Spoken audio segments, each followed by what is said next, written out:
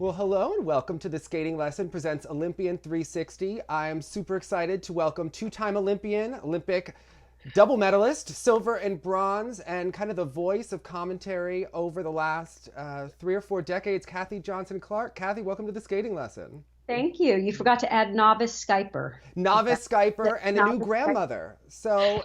explain to everyone, you had your first granddaughter, and Yes. what is the update? Okay.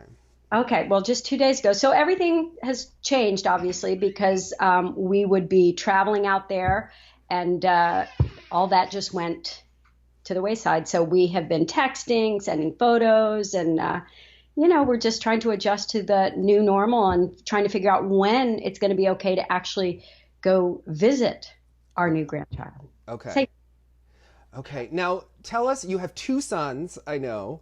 yeah.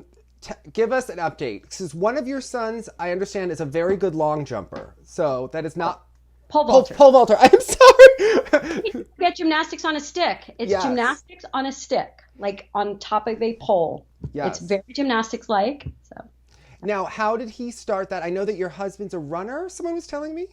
well, he's A my husband. marathon runner? I need to get my husband to leave the room because he was just pretending like he was running and jumping. Okay. Yeah. So yes, he played football in college, all through high school, then in college, then briefly in the World Football League. And then he became an actor because that's what everybody with a Yale degree does, right? Yes. Yes, of course. So he's he's been an actor for many, many years. Now he's retired, happily retired.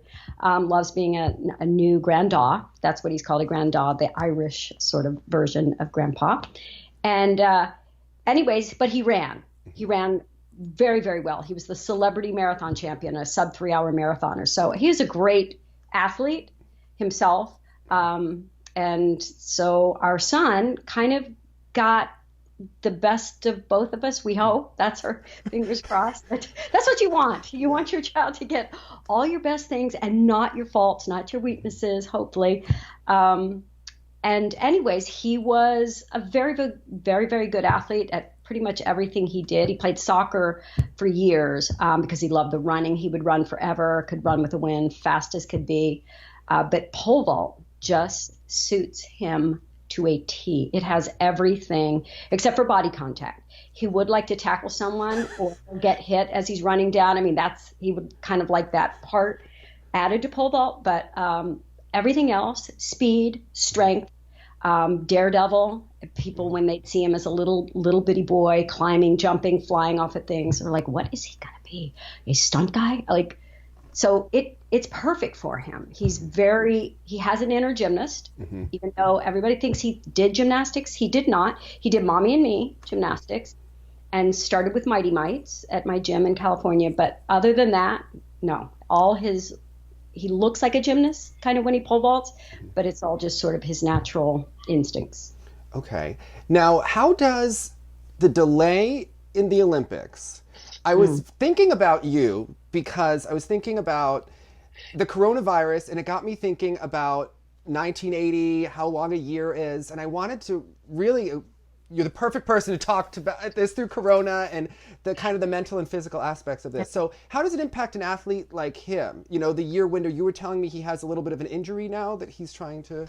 He was injured really all last year, and it went kind of undiagnosed, misdiagnosed. Finally got a proper diagnosis, had the surgery to repair. He had 3 core muscle injuries, 3 muscles in the core that were literally almost tearing away from the bone. And he was somehow compensating, somehow trying to continuing to jump. But every time he tried to ramp up his training, it was such a mystery for the longest time. Finally got to the bottom of it, got it repaired, but he literally essentially lost a year. Now his focus right now, because he was going to be sitting out the outdoor season anyways, he tried to jump indoors and did very well in the beginning. His jump looked beautiful, but it became very clear that he was trying to do too much too soon before his body was really, really back to what it needed to be. And if you're going to launch yourself 19 feet in the air over a bar, you really need to be at your absolute best. So for him, that would be down the road anyways. I mean, if I look back right before he got injured, he was so ready to take on his junior year at Penn. He was so ready to just blow it through the roof. He'd already jumped 18 feet as a sophomore, which 18 feet is kind of your cutoff where you are considered an elite vaulter. Okay. And so he's starting to look at those higher bars, and it was absolutely conceivable that he could start seeing 18 and a half. And, most people who knew pole vaulting, seeing what he could do, especially with the pole he was on, that he could ultimately be a 19-foot jumper. So now the goal is get him back to his full physical self. He's got a year of eligibility. So he's going to do grad school at Texas A&M, because in the Ivy League, there is no redshirt. There's no fit. Once you graduate, you can't compete in the Ivy League. Oh, okay. You can't compete as a graduate student. So if you have eligibility, you have to take it elsewhere. So he's very lucky. He got an unbelievable offer from Texas A&M. He'll compete a year in the SEC, which is kind of cool for me, for a team that literally competes for a national championship. And they've got a great vaulter coming in who's going to be so physically prepared. He's going to get 2 years for his graduate studies and mechanical engineering and materials. He'd have to tell you what it is. It's like, very proud of him, very proud of him. My dad was an engineer for NASA, so he kind of got that, whatever, if there's a genetic component for that area, he's got it, yeah. Now, did you do any college gymnastics? Because obviously you know a lot about college gymnastics. Every Friday night, you're commentating with Bart. But someone was telling me that you did compete a bit. What is the... I did. I used to say kind of college gymnastics on the side. And that's not to diminish. Like, this was back in the late 70s. So when I graduated from high school, I was training in Louisiana, outside of Shreveport, in Belcher, Louisiana, with Vanny Edwards at Olympian Manor. And he had been the Olympic manager, he was an Olympic team coach way back when. And there had been a program at Centenary College, a gymnastics program years before, and it had ceased to be for a while. Well, there were 4 of us graduating. 2 of us, all 4 were actually training elite. 2 of us were already elite. I was a national champion already at that point, had won the American Cup. So we kind of went, okay, what can we do? We want to keep training here. They started up the program again. So with 4 gymnasts, we competed. It was AIAW back then. So it would have been the equivalent of Division II, I think, or small college, because we were a small college. So with 4 gymnasts, we won nationals, 4 up, 4 count, and nobody could miss. But we won, let's see, 2 years while I was there, then they won the next year or 2. But it was very cool. I mean, it was wonderful and also very hard, very challenging for me, because I was trying to compete elite at the same time, obviously, and our seasons did not mesh. So I literally was competing year round and trying to train compulsories, compulsory and optional for elite, but then traveling, and there was no money for our program. I mean, yes, we were on scholarship, so school was paid for, but we would hop in a van. We would drive to wherever our college meet was. We'd compete, and we'd hop in the van, and we'd drive all night back. Okay. So that's what I did for those 2 years competing for Centenary. I'm so glad I did it. I have such unbelievable memories, and it's a neat thing to be able, to have those memories. And one of the reasons I love college, the challenges of it. We're trying to be students as well.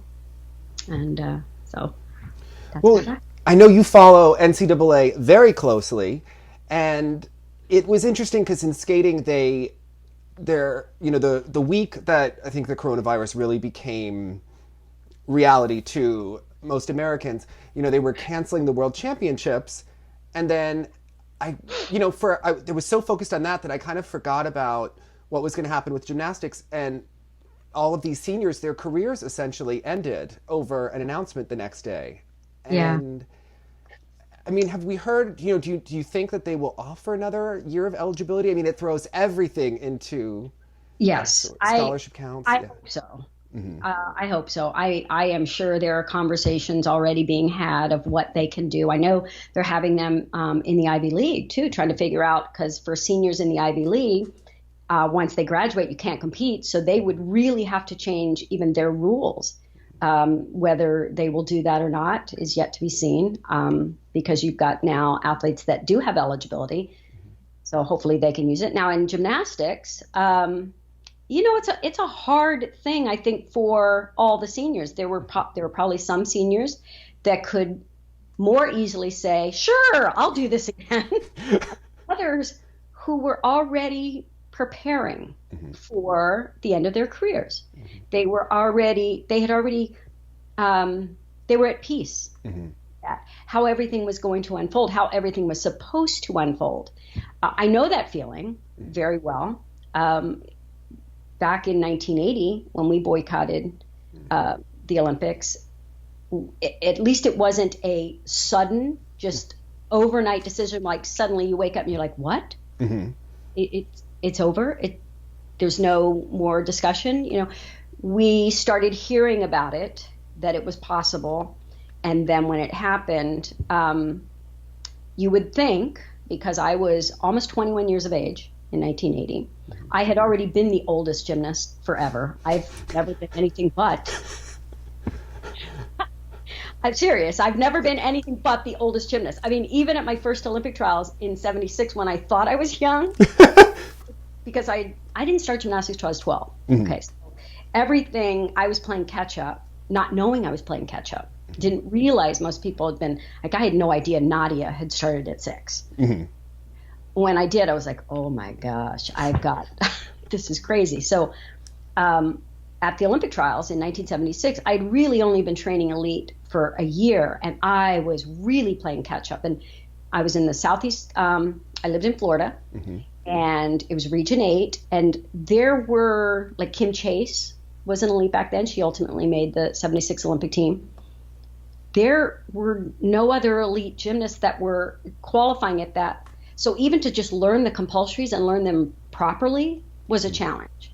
I went to the Olympic trials and I literally looked around going, oh my gosh, I don't do it that way.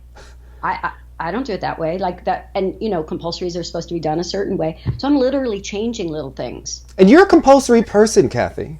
I know, but in my head I'm going, okay, what are the odds I'm right and they're wrong? Yeah. Okay. So who was coaching you in 76? So Fred Martinez was my coach in Atlanta, Georgia. And it was, he's a brilliant biomechanical wizard. He was a genius at that, but little undisciplined in life. Like, it was long story. It's a long story. No need to dive into that, but it was a challenge. But I learned so many unbelievable things. He had me back in 76, because Doug McGavin also worked with him. Doug McGavin, who was the assistant coach. Doug from Georgia. Yes, at Georgia. The vault guy, yes. So he was one of my early coaches. He was still competing at the time. He was a gymnast at Georgia Southern. Beautiful gymnast, by the way. Beautiful. Floor exercise, vault, some of the best in the country.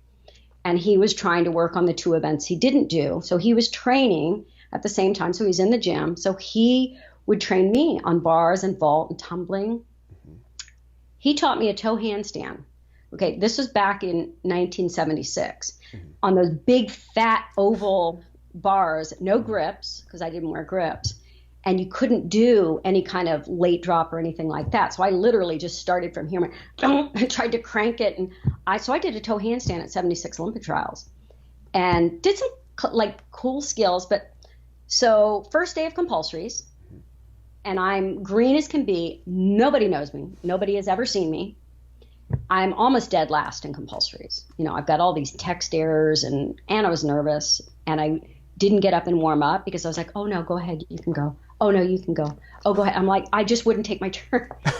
But then optionals the next day, because I didn't tell you this. So we did 4 rounds of competition in 76 Olympics. 2 rounds in one day, compulsory optional one day, next day compulsory, next day optional. Whoever was left standing made the team. Essentially, that's what it felt like. I got better as I went. So optional, I ended up I was somewhere in the top 6 in optionals. So I moved up to about 12, and all of a sudden they told me years later, it's like, who is this person? Was she here yesterday? But then I had to do compulsories again. No, had you been to championships and already seen?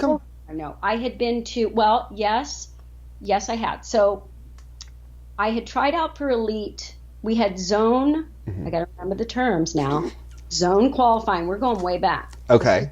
1975. So you qualified first at the zone level, then which is kind of like a regional thing, and then you go to national qualifying, which I had pulled my groin muscle horribly after qualifying for zone, and my coach, who just truly believed I could make the Olympic team, he petitioned me. Well, they get this petition, they're like, who the hell is this? We have no idea who this person is.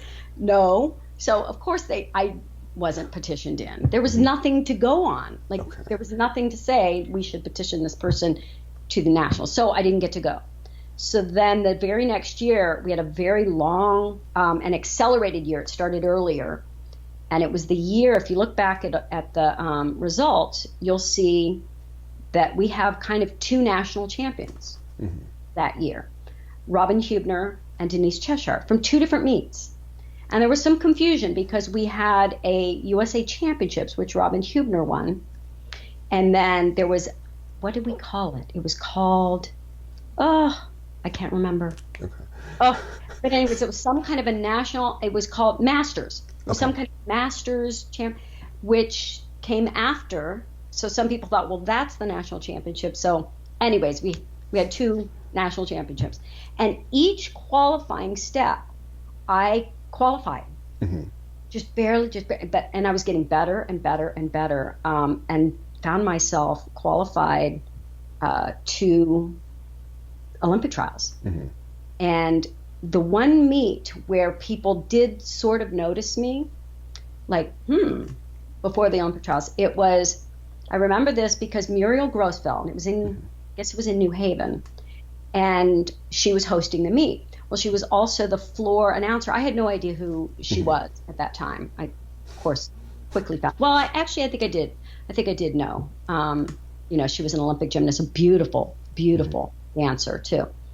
So she was announcing, going into my last event, beam. And beam's always been a very good event for me, but I'm kind of green. So she decides it would be a good idea, we've talked about this since then, to announce right before I went up. And next up on balance beam, currently in, and it was in 6th place. And I went, I think it kind of rattled me a little. It's like, sixth place? Gosh, that's national team. Oh my God. I kind of I was excited, but I kind of panicked a little bit. And I had a step on half turn mount that went right into a back walk over layout. So it was a very quick, just big step up on the end of the beam, turn, back walk over layout. I went step up, half turn, fell.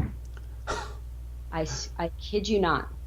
I got rattled. So hop back up. I nailed the rest of my beam routine, but with a fall. So needless to say, I did not end up 6th place. I fixed that right there.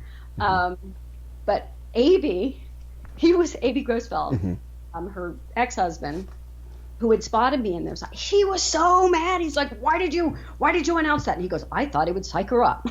Oh. No, you freaked her out. And then Robin Hubner, who was such a beautiful gymnast, won that competition. And to this day, though I could never say there is a person on that Olympic team that I wouldn't want on the Olympic team in 76, because it happened the way it should happen. That's competition. That's the way it. But Robin, so beautiful, such a perfectionist. She was sent to Europe because we hadn't qualified as a team yet.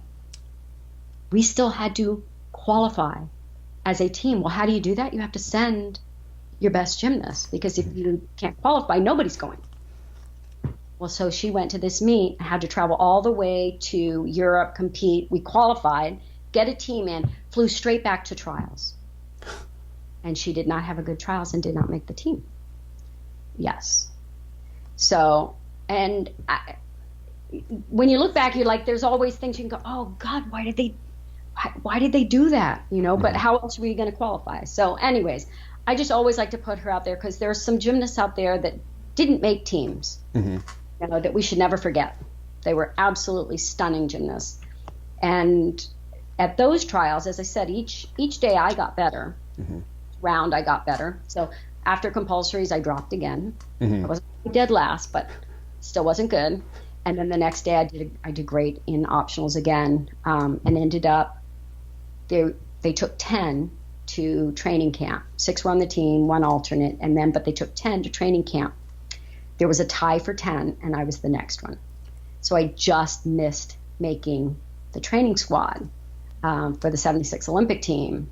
And later on, I had discovered that people tried to, one of the coaches, Dan Millman, he was a world champion trampolinist and had watched me train in Atlanta. He wrote a letter, but one of the Olympic coaches wrote and said, if there's any way to petition her onto the squad, not the team, but just the squad, to give her the opportunity to come train, because had I just had anything close to a normal training environment, preparation for Olympic trials, things could have been different.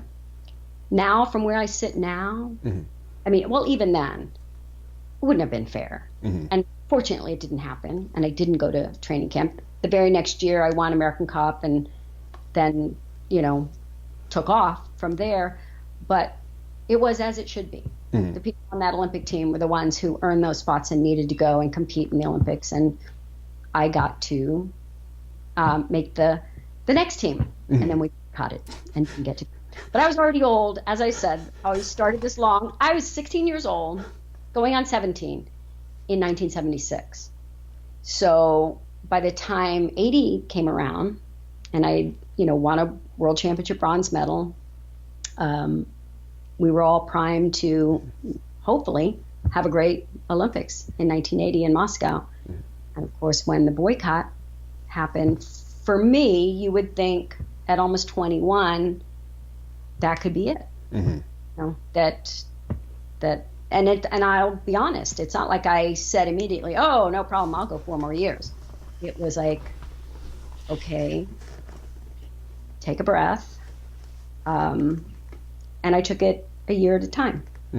And just kind of one foot in front of the other. And fortunately, when you have a world championship each year, or some big meet that you can train, you just break it down. It's like, okay, I'm going to train from here. I'm going to train to make the world championship team. And after that, then I'm going to train for World Cup. And then after that, I'm going to train, but never looked beyond that because it was overwhelming to think of 4 years. Have you thought about Simone? I mean, Simone is spoken about in the media, the greatest of all time. And you could debate, to the cows come home. She's an amazing athlete, amazing gymnast. She is getting older, right? We haven't seen huge injuries from Simone. What do you think for her? I mean, obviously this was her time to potentially make history, to peak. What are you thinking about? Well, the good news is she's already made so much history. And there's no way that I can get into Simone's head, and nor would I even try to say what she's thinking. Obviously, what it does for Simone. I mean, she should have been able to compete this year, and as you said, make history. Then you truly become the most decorated gymnast in history. Number of Olympic medals. We can assume that. I mean, we can't say with absolute certainty, but it sure looked like she was ready to go and win many, many more medals. She's an extraordinary athlete. She is a once in a lifetime special unicorn type athlete because of her many qualities. So she is special no matter what. She is absolutely special. I personally never, and I don't know that I ever will be able to say anyone is the greatest of all time. I compare athletes from era to era. I just can't, because there are things that gymnasts in particular, back in the 70s and 80s did so spectacularly well that no one can compare with them in certain areas, and vice versa. I mean, when you look at the level of difficulty, now you look at the change in the equipment. I used to joke. What year did the floor change? Because I was watching all of your videos. When did you start tumbling and competing on a spring floor? Like, walk us through this. Like, Uh, how do we tell when we're watching the videos? well, I'm old enough that I tumbled on wood floors when I first started. We didn't have a floor mat. We did the 1 inch mats. You put the 1 inch mats diagonally on the wood floor, and we did our tumbling, and we moved them for certain things on the mat. Then it was a 1 inch, literally 1 inch vinyl. It clearly had foam in it, but it was like a 1 inch thick Florex mat that was vinyl, then carpet over it. So then we got the carpet, thank goodness, because vinyl is no fun. Can't slide on it. There are a lot of things you can't do on carpet, hard to turn. But it was still 1 inch, literally 1 inch foam with carpet over it. Then there was, they went to where, I don't know what they called it, but it was like little foam blocks. Mm-hmm. Every few inches, so that it created almost like air pockets between the foam, and that gave it some bounce. We thought that was springy. Okay. That gave you some springy. And then on a podium, it was even springier. So 78, what kind of floor are you on?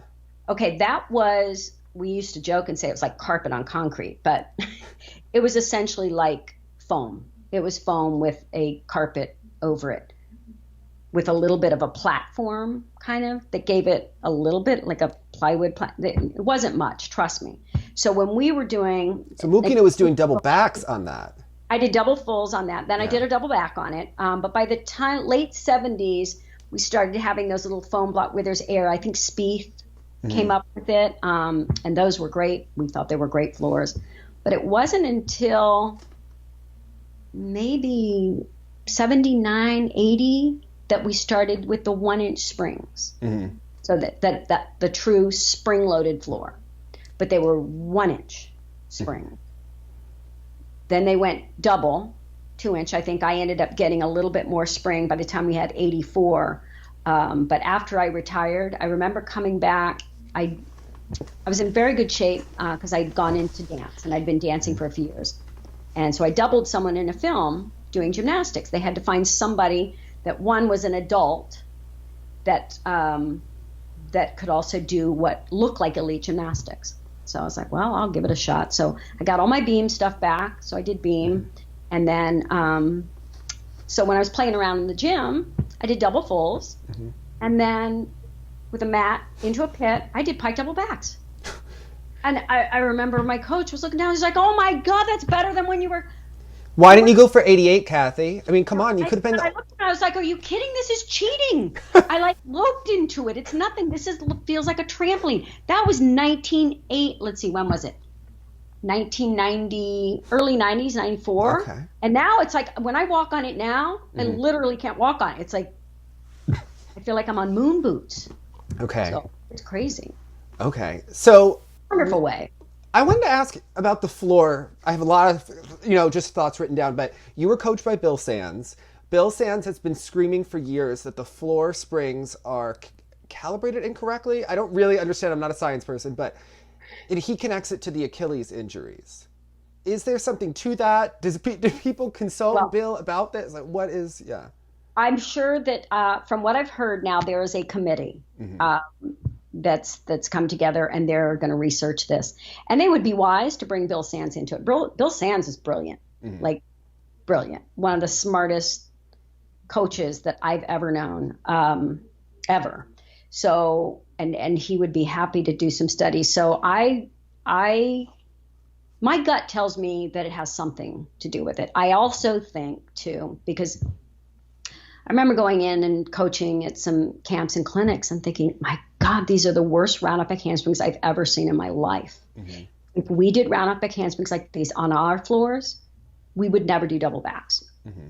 There's no way. Technically, like, we had to be so much more technically precise.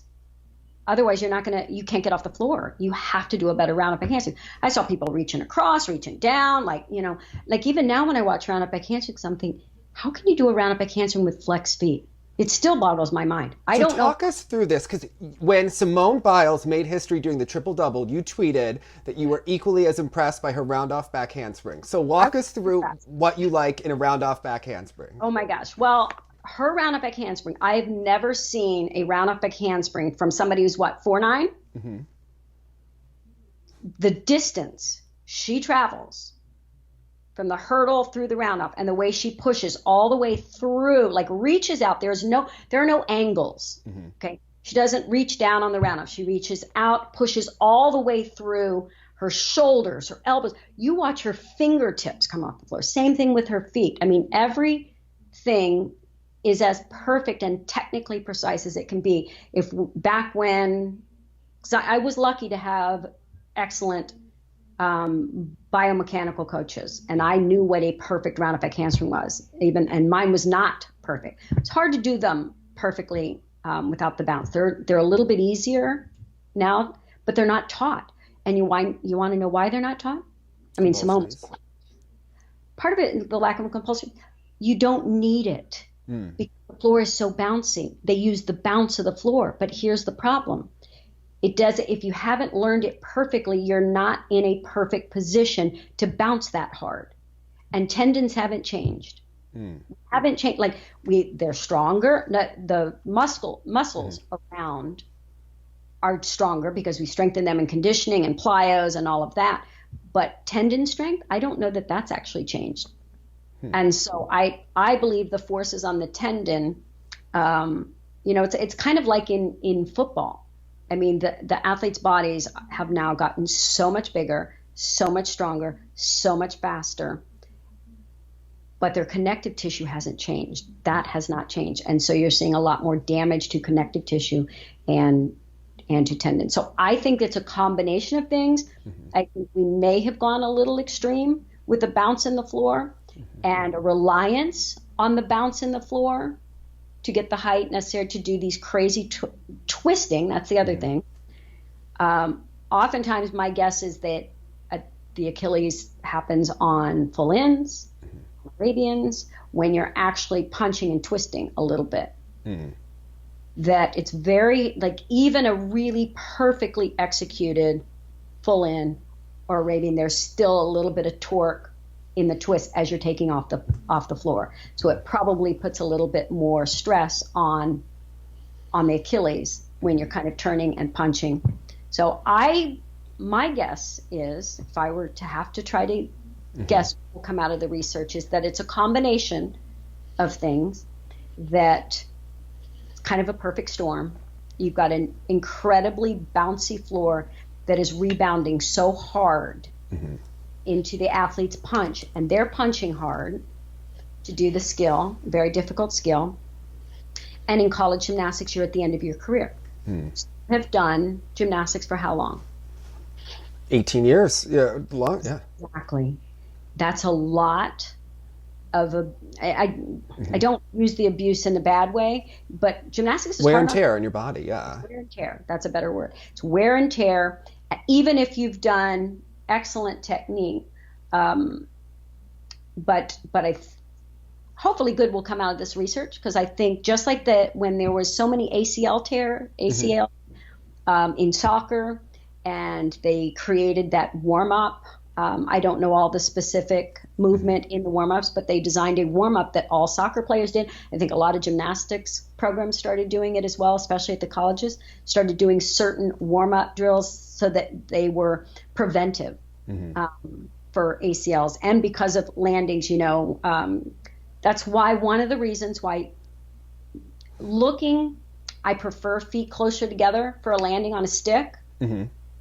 But for safety wise, having them a little bit wider, that's fine. But they're getting too wide, in my opinion. If you can't close your heels and salute, that just there should be a deduction. Obviously, there should be a deduction. But you do have to find that ideal position just for safety in terms of protecting joints and stuff. And we haven't seen Simone get injured. And maybe it is that back handspring. Yeah. Part of it, one, superb technique.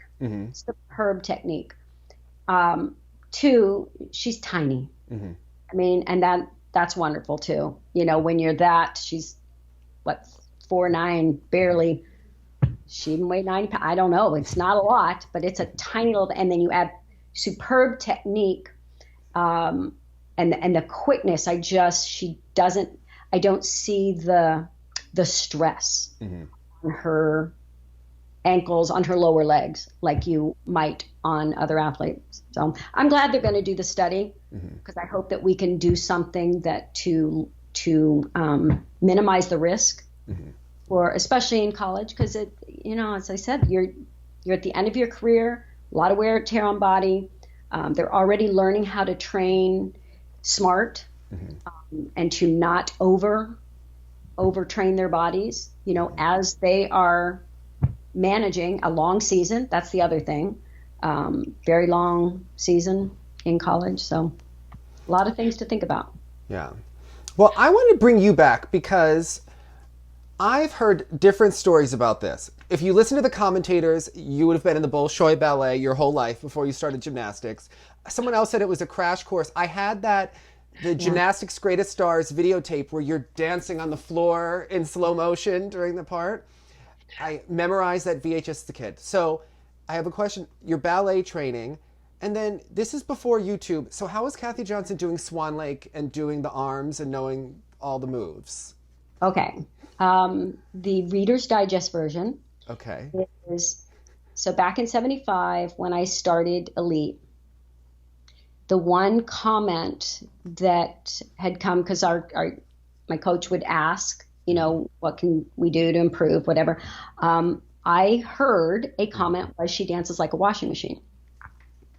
Okay, so I was like, oh, thank you. That's really not good. That's not good. So we were training in Atlanta, and this club that I started training at, this brand new, beautiful gym, because we had gotten kicked out of our gym. Long story. I didn't get kicked out of our gym. The coach got kicked out of our gym. So it's like, I could stay training. I was like, no, I kind of need my coach. Well, this woman who was building this big, beautiful gym in Atlanta, she was an on-air TV personality for fitness training, and she created Jazzercise before it was Jazzercise. It was called Ardenics. So the Arden Zen Gymnastics. She built this state-of-the-art gymnastics gym because her daughter did gymnastics. And she brought in Dan Millman, who was a world champion trampolinist coach. He was going to be the coach. They hadn't opened yet. She reached out, offered her gym, free of charge, everything, for me to just come. I could come and train, but for the Olympics, and my coach could come train me. So I trained in this gym. Dan Millman was there. He was wonderful. He'd just sit there and just watch me on the side until my coach got there, because my coach was like always an hour or two late. I would have already done 2 events by the time he got there. But that's another story. Yes. And he was just there to make sure that I was safe.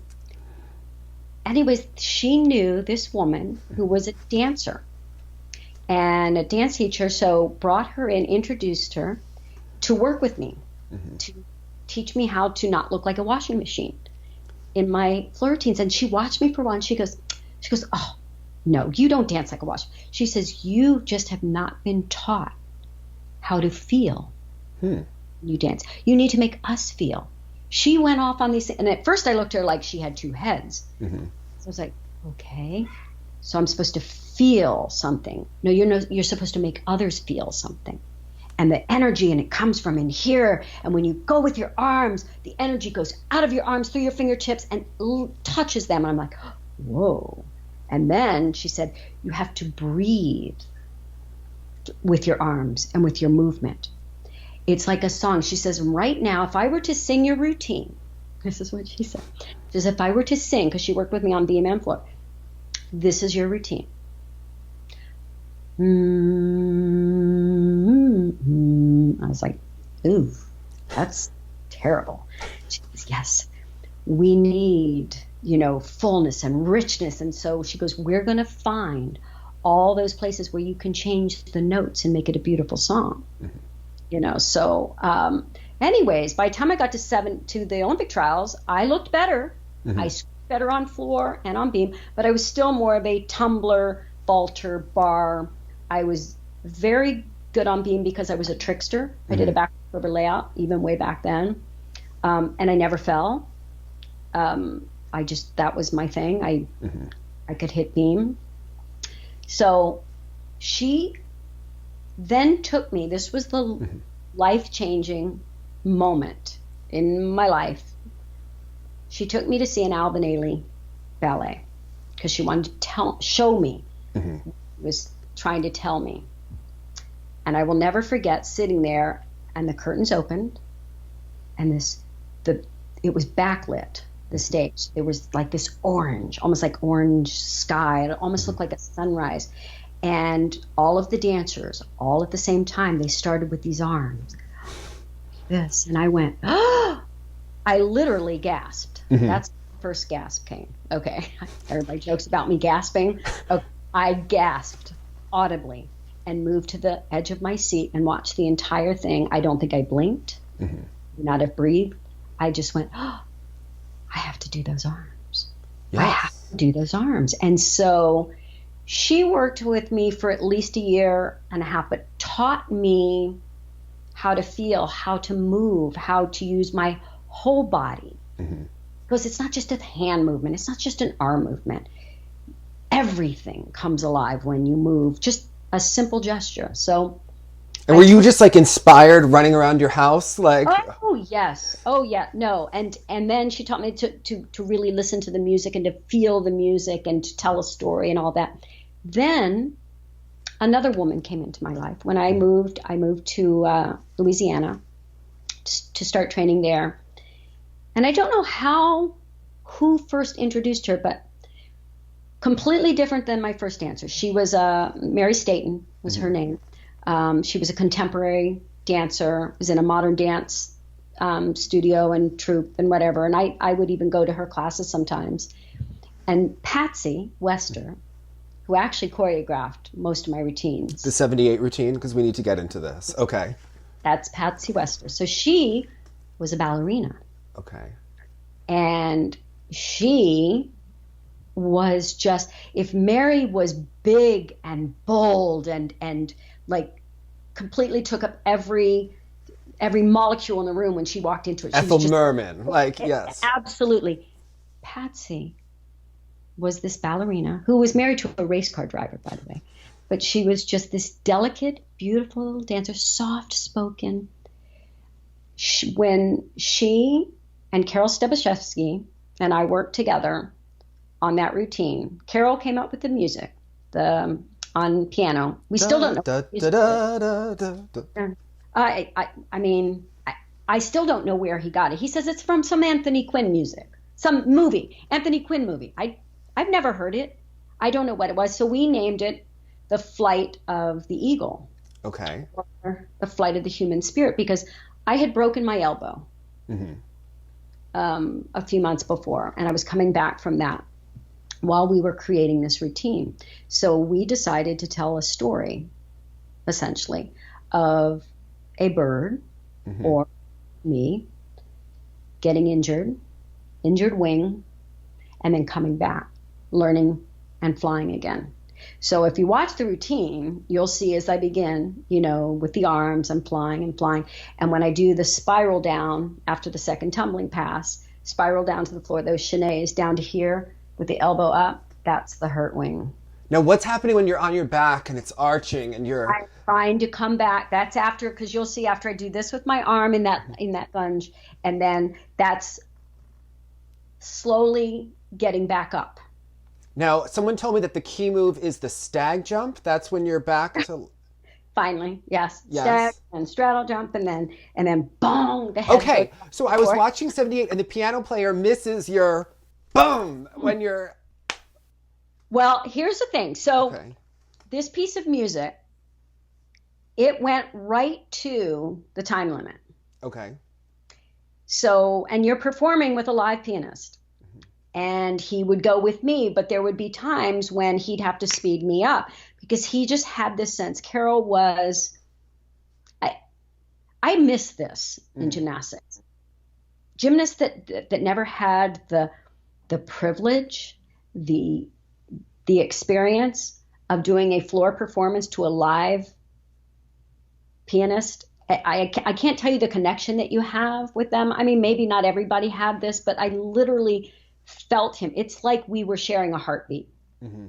And he would play my music, and always there was sometimes just a little thing, or he'd speed up something, and I know I'd need to pick it up or whatever, because you'll notice at the ending pose in Strasbourg, mm-hmm. you hear the ending piece of music, and then you hear that bong. That's the time.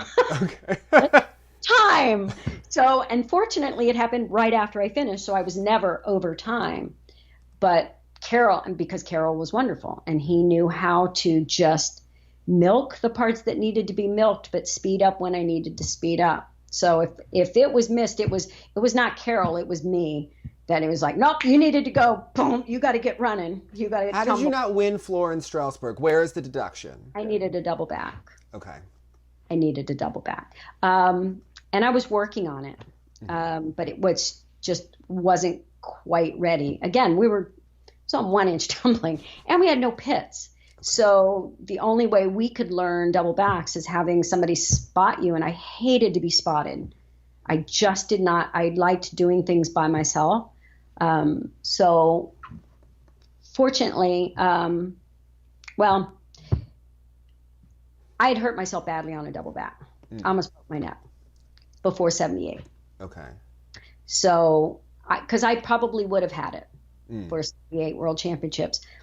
The end of summer, I was in fantastic shape. I was in the best shape.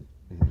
And I learned to double back right before I went home for our 2-week break over the summer that we would have. And then I'd come back and learn my double back all by myself, no spot, and was so excited. But at the same time, I had also been told, it was prior to the American Cup before, it was the first time I'd ever been told something about my weight. Yeah. So, and it was a weird, literally said, you look like a balloon. And I now look back at myself as like, I never look like a balloon. You were very thin at the American Cup. I rewatched it last night. So I know, but that was the first American Cup, and I was not overweight, but I used to be. I was more powerful. I was stronger. Mm-hmm. So I went home that summer, determined to come back perfect. To come back perfect, and that's when the flip was switched for me. I went home and did very stupidly.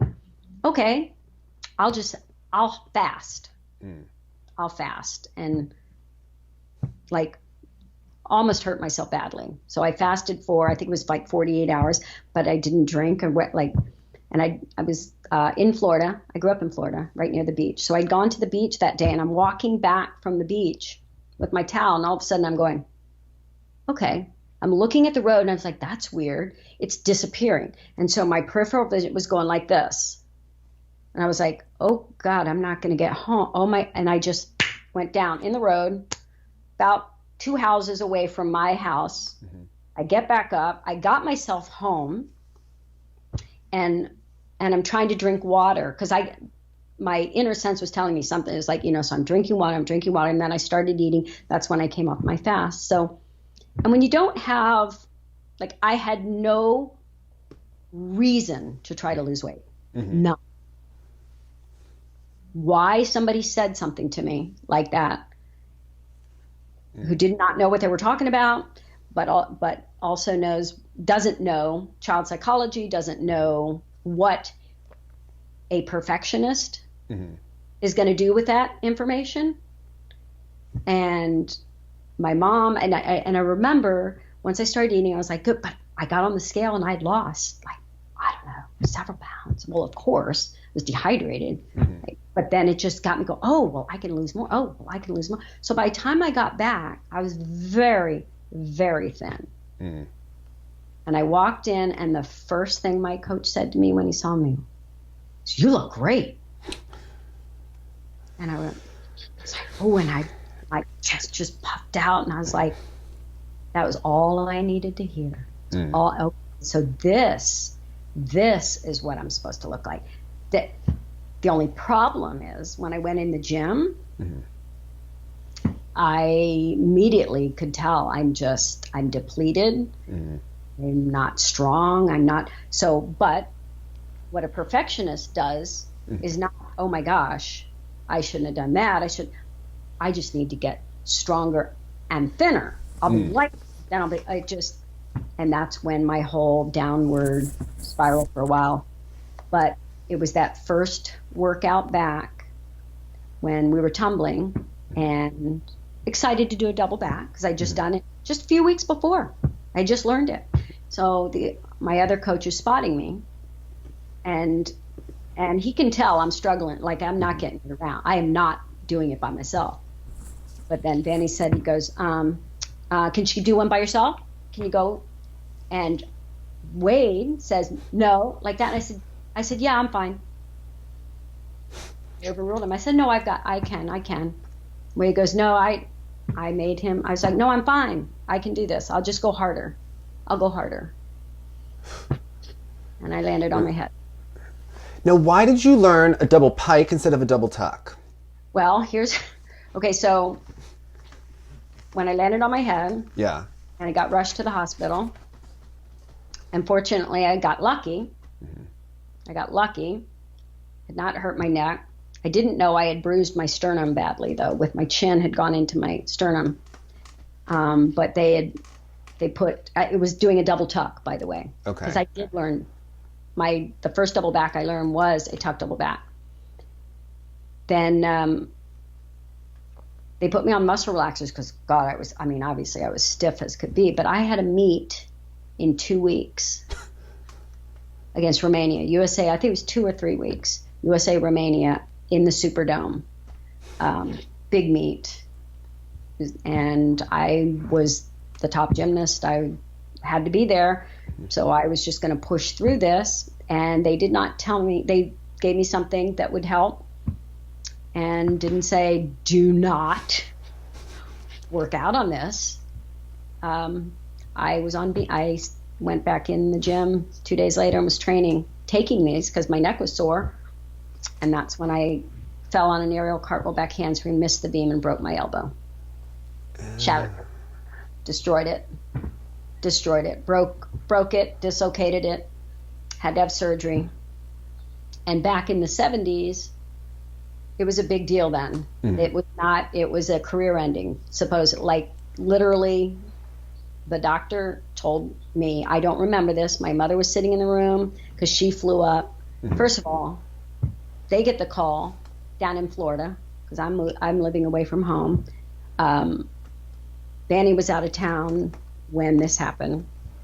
So the coach, the poor coach, he's a young coach, 23 years old, had to take me to the hospital in the back of a van because we were training in Belcher, Louisiana.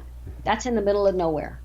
It's 30 minutes to the nearest, to Shreveport, to where the hospital is. So they have to load me up. My arm is all over creation. And we get in the van, and as we're riding there, and I had kind of gone into shock.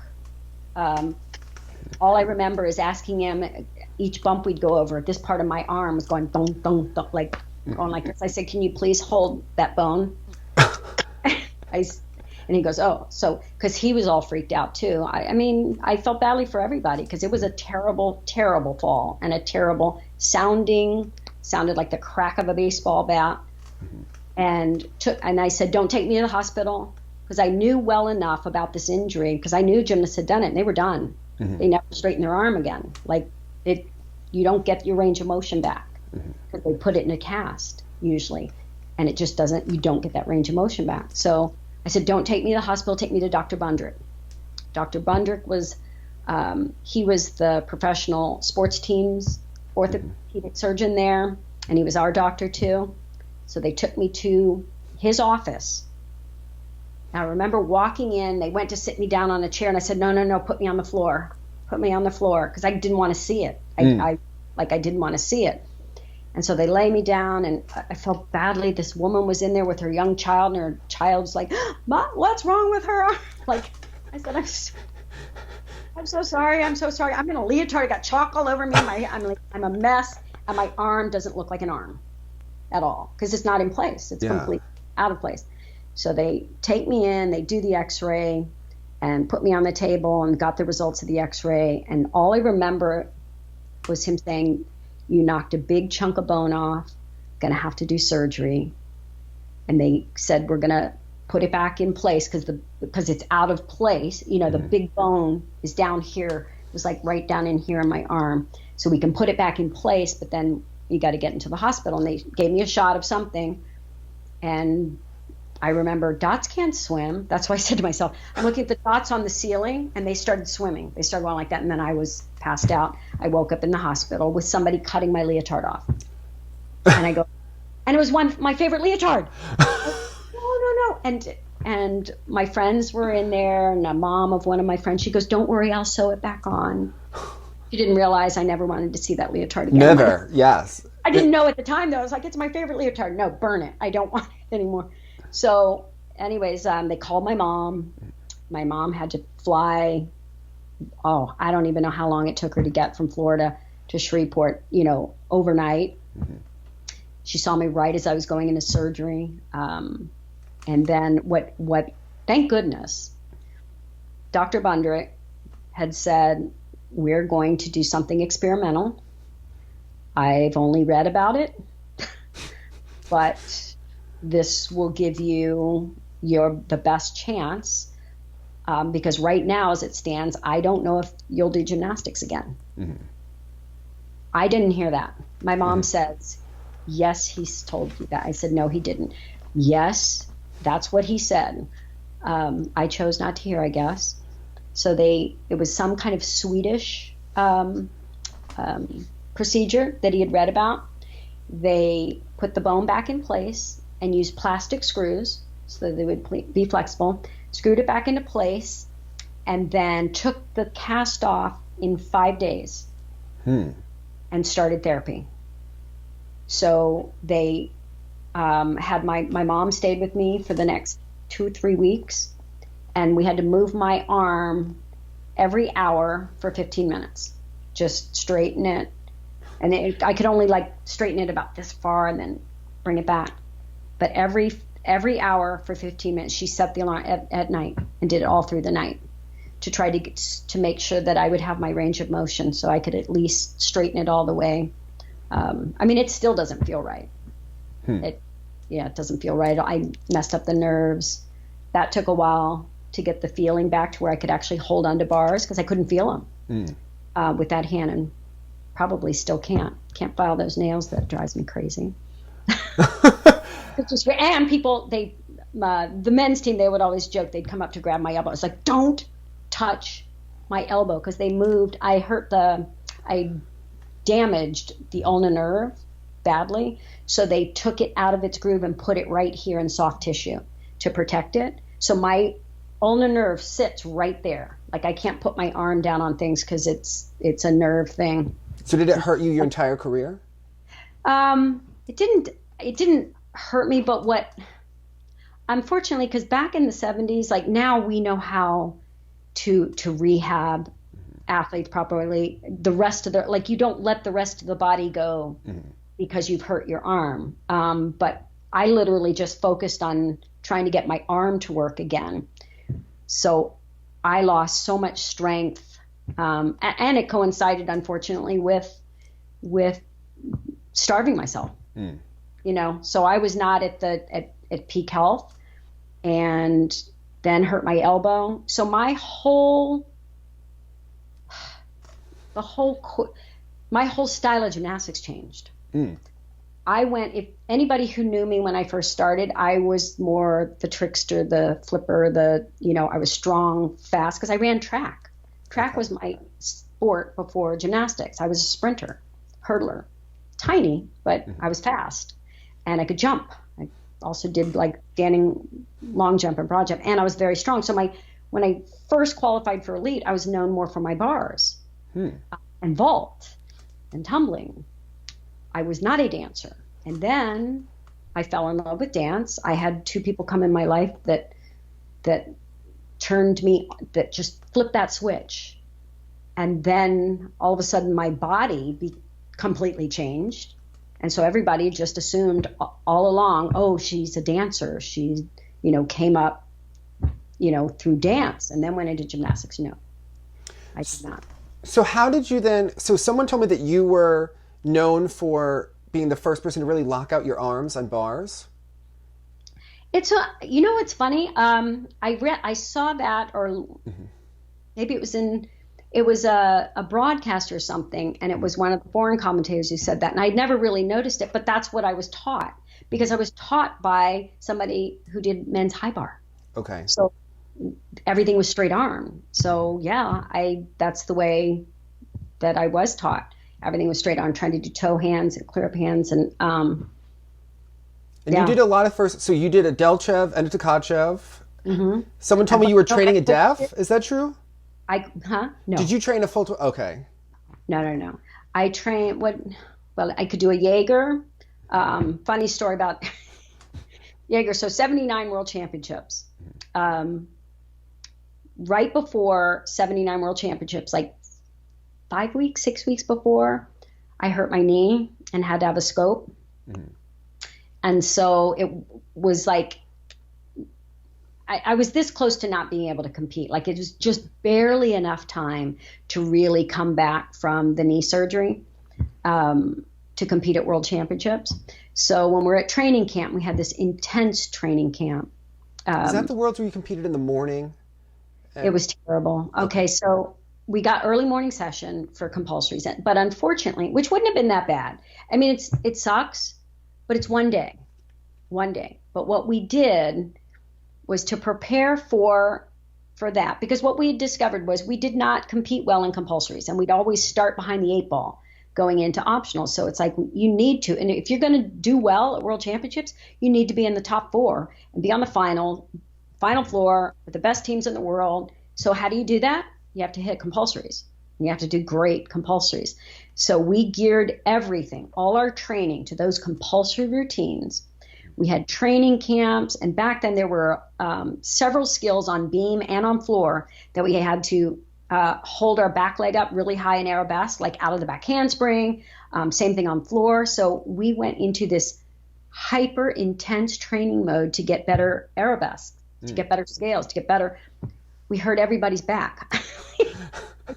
You can't do that. Like, you can't. You looked at the Soviet gymnasts. They came up in a system where they all did ballet. Mm-hmm. They had ballet training. None of our athletes did. You can't then suddenly, in 2 months' time, force a body that has not come up in that system to do that. So, we were a little overzealous there. So anyways, when we got to the final training, the last 2 or 3 weeks, and 2 weeks, we were on site in Fort Worth training, doing pressure sets, all those intense things. And I remember, because my beam was ready, everything was ready. Mm-hmm.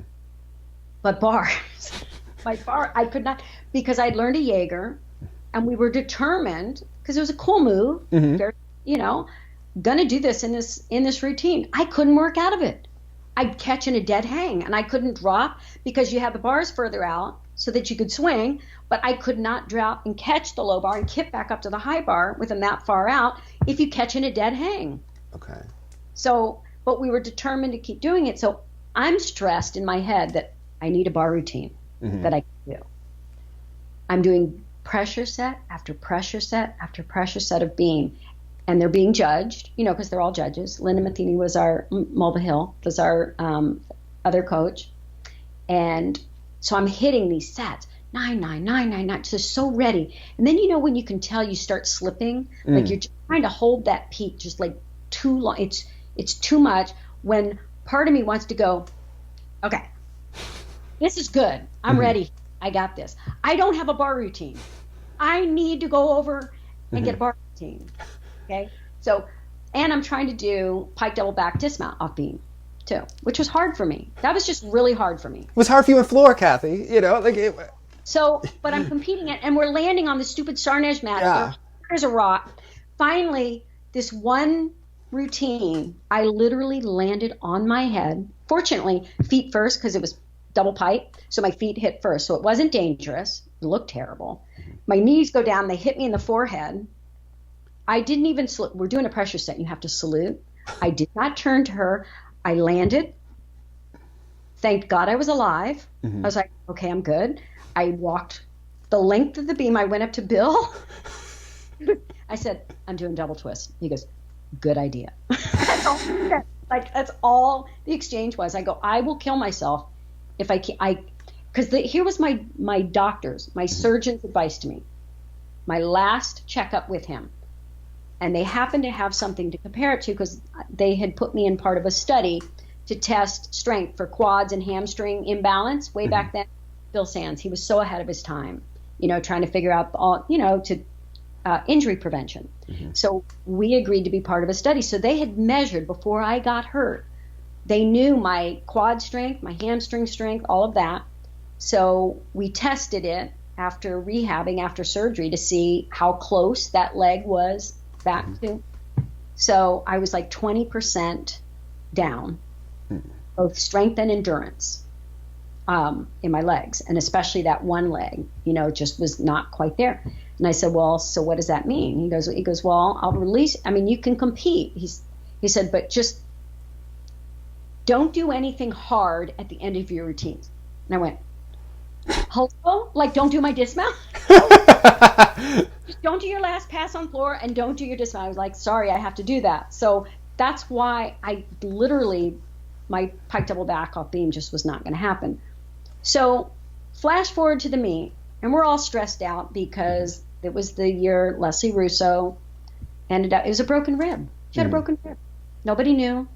But she was complaining. I mean, it hurt, and it was obvious she was in pain.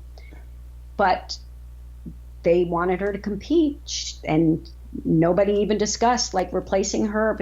So she went in compulsories, and it really then either completely cracked something. She could not continue to meet. We had to compete with 5 people. So we're already stressed. We're stressed to the gills. Anyways, we get to optionals. And Marcia, Did the compulsories go well in 79? They were phenomenal. Okay. So this is the part I forgot to tell you.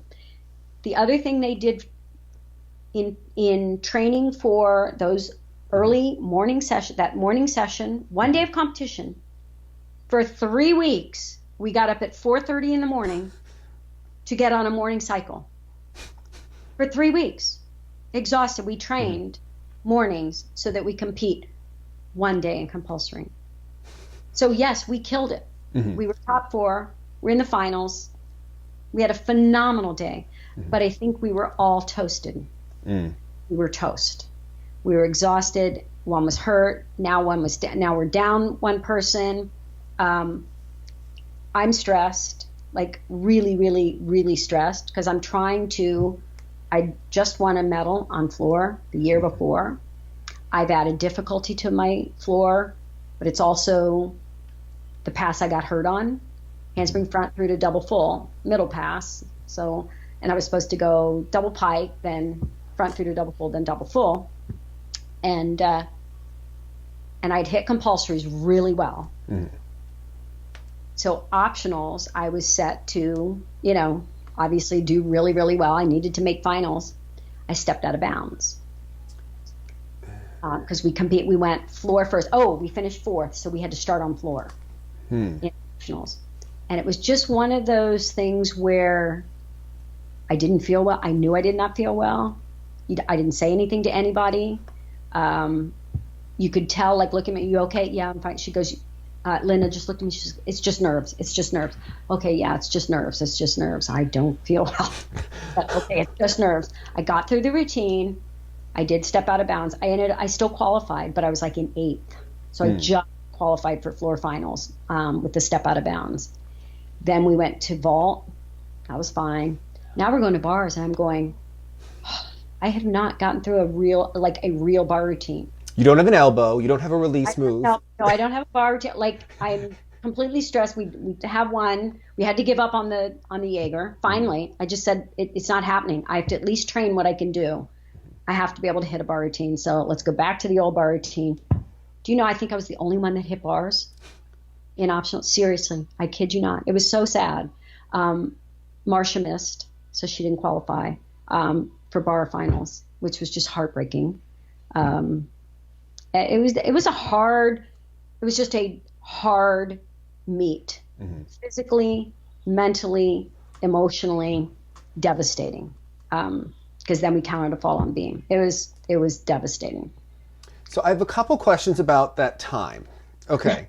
So I guess the revisionist history is that the Carolis are what made gymnastics so successful in the US, but looking at the videos and looking at how good Rhonda Schwant, Marcia Frederick were, I mean, this was all great coaching and basics that was way better than what a lot of the Romanians could even And that's do. what we were missing again, by the way, at 79. So when I hurt my knee, who hurt her knee the same day, but she Rhonda. blew it, Rhonda. Okay. That's what happened in 79. Okay. So was it just that the US wasn't organized to know? No, that was just kind of bad luck, honestly, Okay. because when I hurt my knee, I was doing great. I was working full ins, full, like I was doing fantastic. Things were going really, really well. So getting hurt and I just hyperextended my knee. It was just one of those weird things. Oh, we were doing back-to-back floor routines. So they were hard. So I was pushing really hard to do, it was the second routine, back-to-back floor routine, trying to do handspring front through. And I stepped out hard to try it. And that's how I hyperextended my knee and just went down. But so Rhonda was hurt then. Tracy was too young. So was Julianne. But Tracy could have made the team. So 79 was just one of those, we had, like you said, amazing talent. Because remember, we had started the junior program. Well, you don't remember, you're too young. We'd started the junior program. They were really building. So we had crazy good talent. We were expected to do really well at World Championships. I think we would have had just, been a little bit luckier. And if the training hadn't been overzealous. The training, and looking back now, I understand why it was. They had so much talent, and there was so much excitement and enthusiasm around us, but you still can't overtrain it. You can't beat it into submission. So it's clear listening to you commentate that you're a huge fan of gymnastics. So you're competing in this golden era. Are you watching everyone? Like, how are you focusing, Kathy? What's going on? Oh. I mean, the Soviets' feat, you would have a lot of, appreciation. So what? Yeah. I remember the first time that I ever laid eyes on the Soviet gymnasts. So when you're over here in this country, you've heard repeatedly, oh, they cheat, it's Eastern Bloc.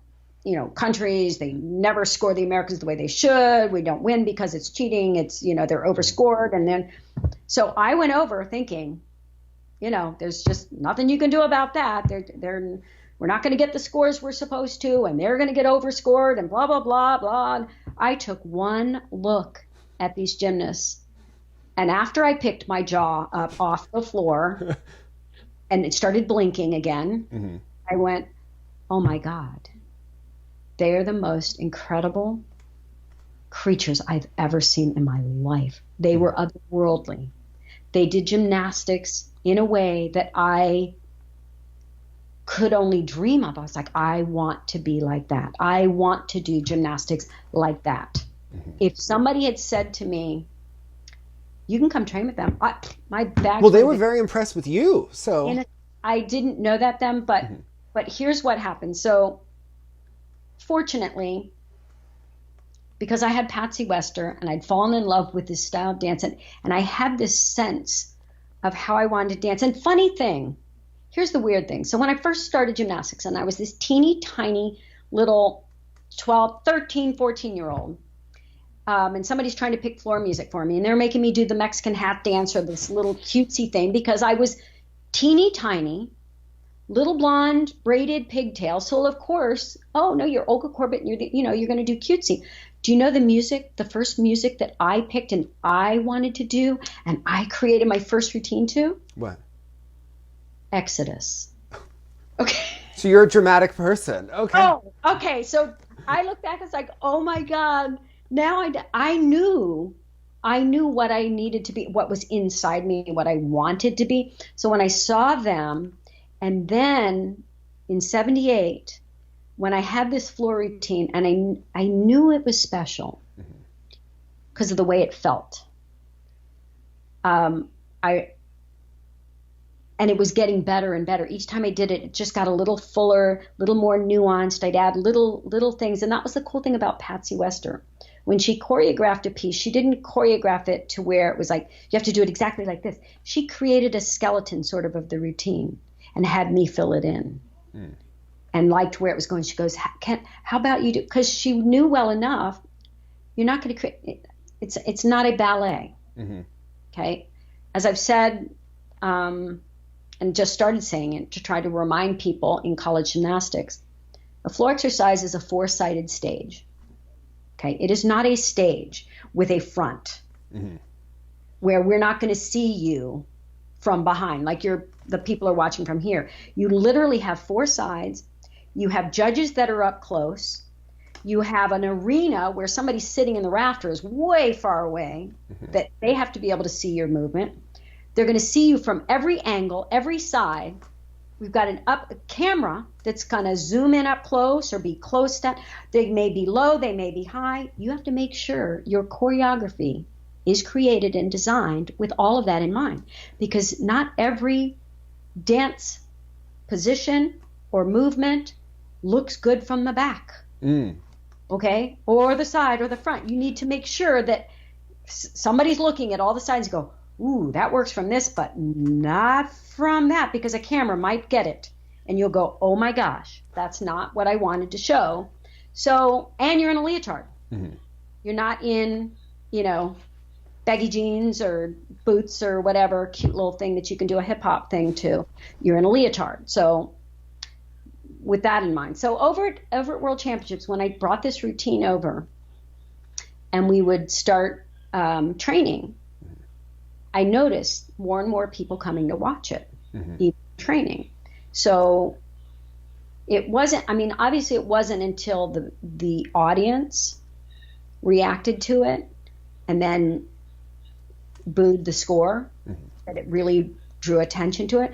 But what I had no idea until literally just maybe 2 years ago, when I posted a photo of Natalia Shaposhnikova, who was just, she was the first unicorn I ever knew in gymnastics. She was so special, just spectacular. And I posted a photo of perfection, doing the needle scale, on toe, on beam after the compulsory mount. And she remarked on it and just thanked me for that. And I was like, I just told her, I said what it was like to just share the floor with her. And she says, well, we all remember you. Our coaches made us stop and watch The Little American. And I was like, I stopped breathing. Did you gasp, Kathy? No, I cried. Okay.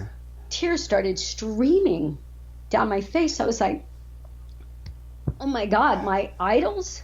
Yeah. They watched me. Yeah. I literally studied them when I was over.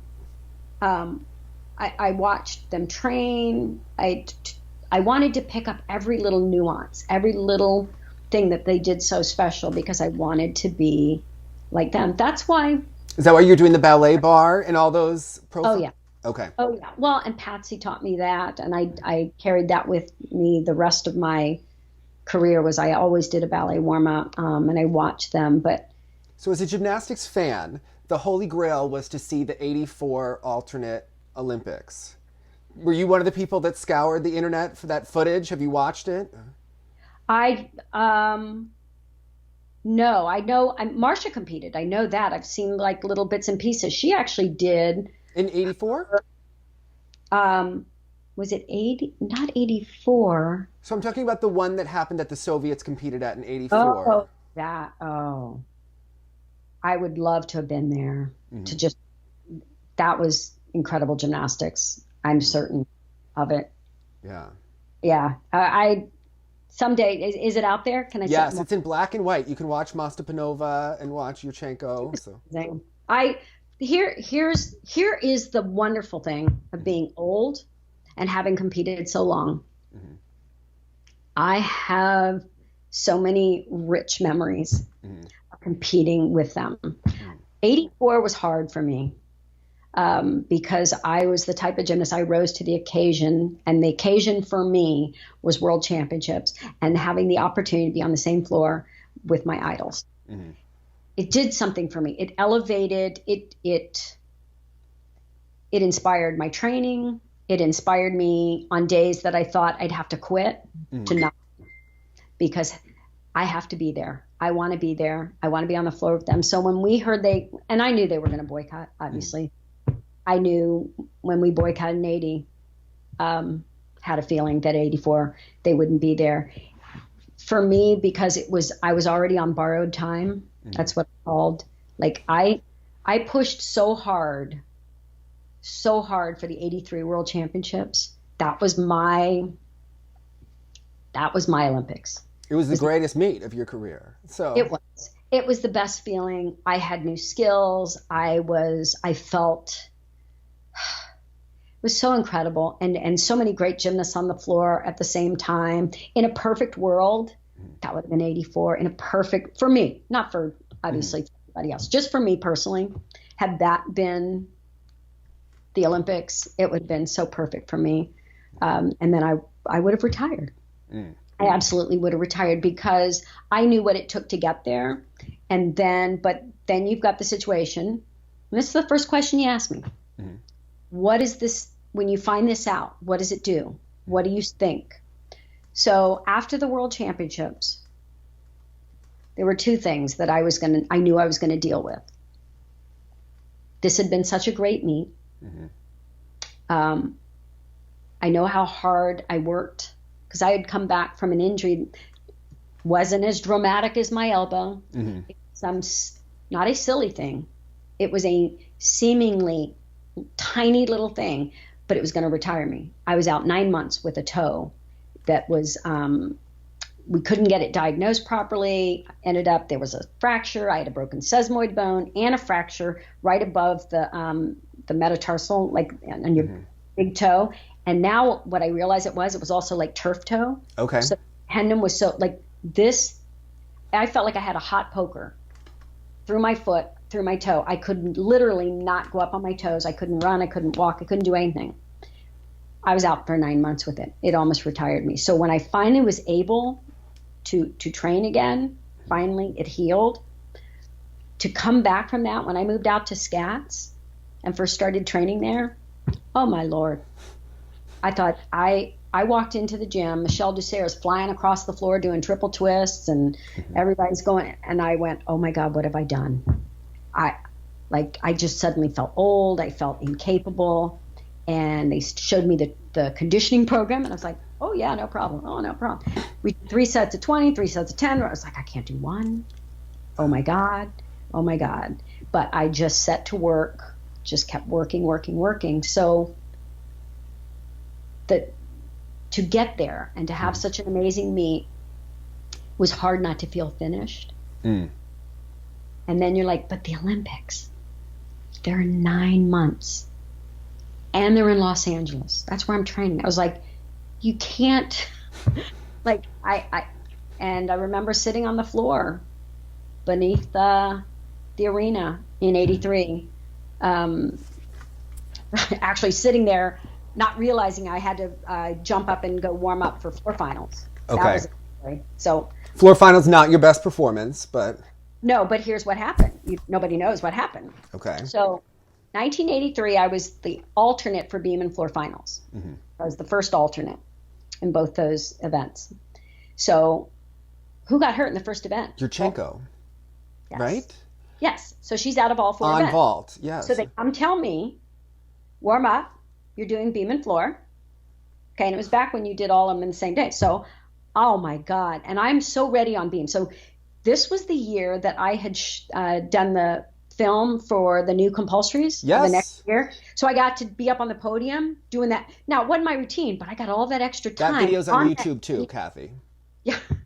And I'm having to do that compulsory with no embellishments. Like you had to do it just very, plain.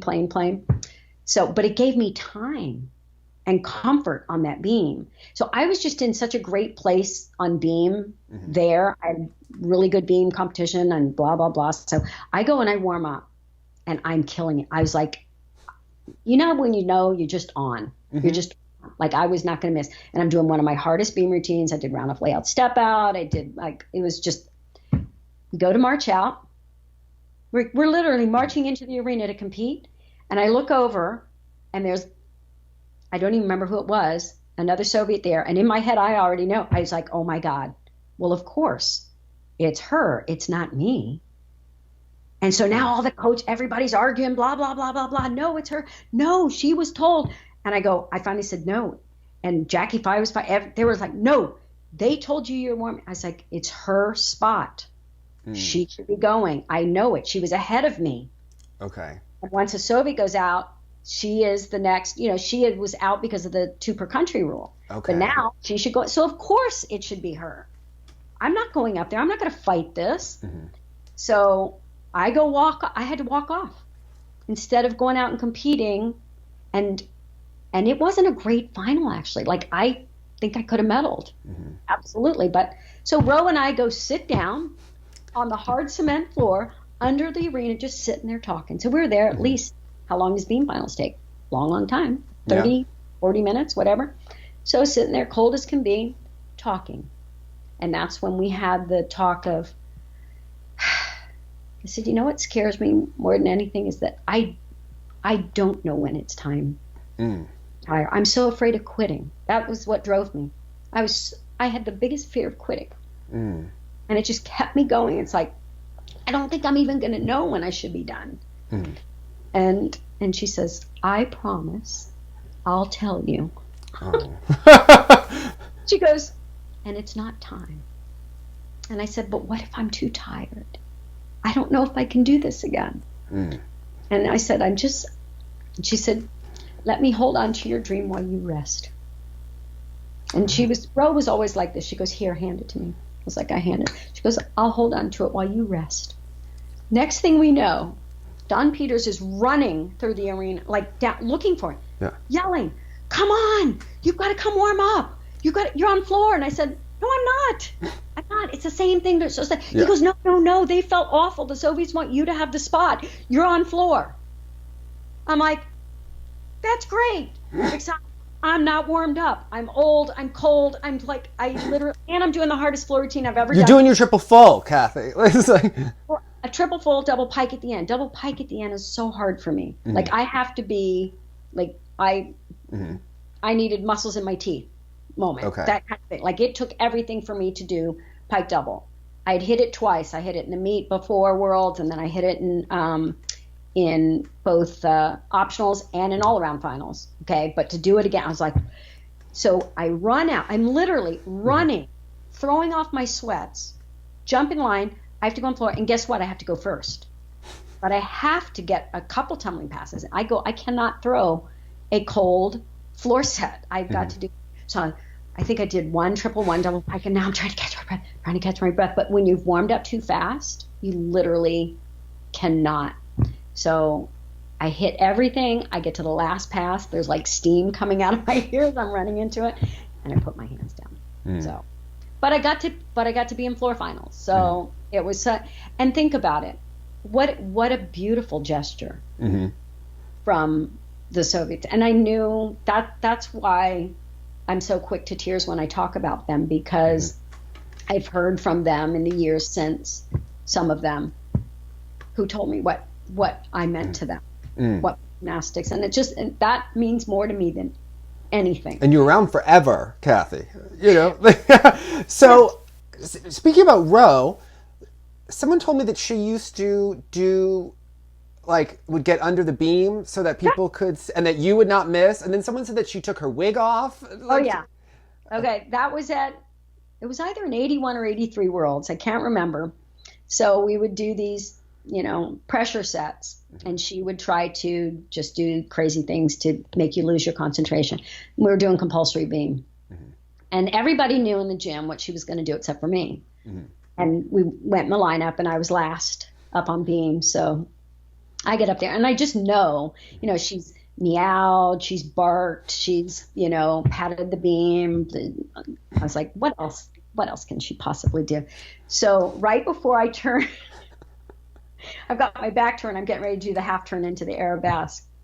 She puts her head down on the beam like this. And I was like, oh, that's cute because I'm getting ready to do, like cabriolet, and she whips off her wig like this and then starts patting the beam pop, pop, pop, pop, pop, pop, with her wig. I'm like, I could not. I held it together, did the dismount, stuck it. I was like, that is not fair. Rockwell, our trainer, was sitting over in the corner. He didn't know she wore a wig. He passed out on the floor. Everybody's dying. But yes, that was one of her famous moves with me. Okay, now getting back to 1980, because we were talking about mentally, and I know that in Lake Placid, there was the pull-out date for that Carter gave the Soviets, and then it didn't happen. Now, everyone has their own timetable. And since you're the historian, I wanted to ask you, no one ever talks about Kurt Thomas from 1980 because he didn't go to Olympic trials. Yeah. So what is the Kurt Thomas story from 1980? Because obviously he was our top gymnast from the year before. Yeah, he would have made the team. So did he just... it was like, why bother? Okay. Now, he had probably already in his mind had decided he was going to do professional. Okay. When there was no professional, he was going to create it. I mean, he was, first of all, he's one of the most talented gymnasts I've ever known, ever. And one of the most hardworking I've ever known. He actually gave me some of the best advice that I've ever heard. It was when my first American Cup was with Kurt and Bart. It was Donna Turnbow and me for the women, and Kurt Thomas and Bart Connor. And I immediately liked, I had four brothers.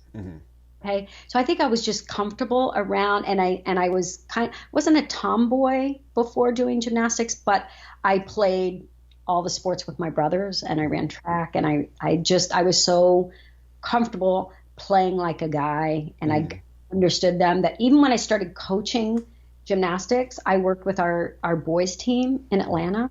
Because I love coaching. I love the energy of boys, and I love their mindset, and I also loved that, very different than girls back then. Girls would literally run circles around their weak point or their problem. We would do dance through after dance through, like you're going to get in great shape to do a full floor routine doing 3 million dance throughs. No, you got to do a full routine with all your tumbling. That's what you got to work out to do. Even if it's hard, even if it's not pretty, that's how you, and that's the way the men trained. It's like you put your pride down and you work. It's not going to be pretty at first, but you keep working. And it was the first, like, guys were the first that looked at me one time and said, come on, be tough. I was like, be tough? Okay. I mean, no, we're supposed to be pretty. You're supposed to be tough. So, and Kurt taught me one time, because I missed my layout souk once, and I put my hands down. And he came up to me at a meet and he says, you know what? I learned something. He says, when you're doing something that's a really hard skill, and it's new to you or whatever, he goes, and you got to go hard. You can't hold back. He says, because here's the thing I taught myself. If I hold back, because I don't want to overdo it, or I'm trying to be too careful, or I'm a little worried. If I hold back and I make a mistake, now I have 2 reasons to be pissed off. And I held back. And I go, he says, so go hard. He goes, then if you miss it, it's a human mistake. Okay, but one thing that you can learn to fix that. He says, but don't ever hold back. Oh my God. Who would have thought? Like, go hard. Okay, I'll go hard next time. And that's what I started doing. It's like, so I loved being around them. So Kurt, it kind of bummed me out, because I was like, you should make an Olympic team. I know we're not going, but you should be an Olympian. Now, he was already an Olympian. So it's like, okay, I get that. Did he have a back injury, or he was injured? No, or? Well, he did have some back things and stuff, but I think it was more just like, I'm moving on. I have plans. I had plans before this, and I'm putting together this professional show, and I'm just going to start doing it now and just take it on the road, and that's what I'm going to do. So he just kind of moved on with his life. You got to remember, he was married, and back then we couldn't make money. You couldn't make anything, not with your sport. You had to So they were doing without. So for them, a boycott was like, wait a second, now I got to get real. I have to I have to get real. I can't pretend and just keep training for more years. So, or, make an Olympic team. I've got to start taking care of my family. And he went on with his plans. Now, it was cool when he came back. 8 years later, 12 years. No, 16 years later. How long was it? Because it's interesting because he's never included in the 80 conversation but how good do you think the teams could have been? In an ideal world, had everyone gone to trials and I mean, we were good. We absolutely were good. And most of us, God, how many times have I said I was coming back from something? Yeah, I was always coming back from something. But 80, it was kind of cool because I think a lot of people thought maybe I was done after 79. I thought I was, honestly. I did not know how I was going to come back. And I moved to Atlanta. It was a stressful time in my life. Very, very stressful time. And I chose to go back to a place where they were like family, where I could train, and where, first and foremost, I was loved for just me. And if I ever did gymnastics again, that was okay with them. I went back to a very safe place, and I slowly just started coming back, and just, it was like I think this is why I get so emotional when I watch college gymnastics. When you find joy again, it changes everything. And I just found joy again and realized I could still do this and still do gymnastics. And I learned new skills. I had the best coaches in the world. Tom and Bunny Cook loved me. They were good coaches. I remember when I lived with them when I trained in 76 and trained with Fred Martinez. She was a young coach at his gym. I think she was like 23 years old at the time and newly married. And I had been driving up. My dad would bring me up once a month. I trained once a month. That's how I could train when I first started, before I moved to Atlanta. And they offered to let me live with them. This young couple, they'd been married 3 years, to come live with them so that I could train full time to try to make the 76 Olympic team. So I lived with them for that year and a half while I trained. Then I moved away, trained in Louisiana. And when I had my breakdown and needed to get back to some place safe and see if I can put pieces back together again and try and do this again, I started training with them. And at first, because I didn't stay there very long, I trained for 79 World Cup and competed there, but they didn't feel capable. They said, no, we're not elite coaches. So they're the ones who said, you should go train with Bill Sands. That's when I, for 7 months, and trained with Bill Sands, which was wonderful. I learned so many, he's amazing. But I knew what I needed at that point, and I needed to get back. I went back to Atlanta and told them, I was like, first of all, I have to like mend and feel like, I didn't even tell them this. They just had to figure it out, because I didn't open up and tell them. I said, I'm just coming back there. And I said, I can tell you, I can teach you how to train me. Okay. I was like, I know what I need to do. I can teach you. And they were amazing. They were everything I needed in those few years. And I was surrounded by incredible people, and I was coaching. I had a young team that I loved, these little girls, and I learned so much coaching them. And I worked with the boys team. It was perfect. It was perfect until I realized that it's so perfect that I may just slide into retirement. I need to be shaken out you of needed butt kicking. Yeah. I needed to go someplace where everybody was better than I was the only elite. And I had to push myself, and I had to, and it was getting too hard for them to push me through, especially with this injury, watching me just like, it looked like, I'm sure there were times that they wanted to advise me to stop and look at what else, go to school, looking to commentate, like something, whatever, anything but this. You can't do this anymore. I'm sure there was a part of him that wanted to tell me to do that. I looked like I was spinning my wheels. I looked like, what are you still coming to the gym for? This toe's not healed. Like, why are you still doing this? And yet, when I made the decision, because I made the call to Don Peters to see if I could come out there and train, but I did it under the guise of I could coach. I can coach, because they didn't have, back then they didn't like gymnasts really moving away from home. Really, they thought that was too hard on families and too hard on the gymnast. But I was 20. What was I when I moved out there? I was 23. So I'm an adult. My parents aren't going to do bake sales and leotard sales and whatnot. They're not going to work meets because they live in Florida. And I said, but I can coach. And I think he knew I was a really good coach. I had done some sessions at Congress, theme sessions and theme clinics and stuff. So, and I'd been coaching all the last few years.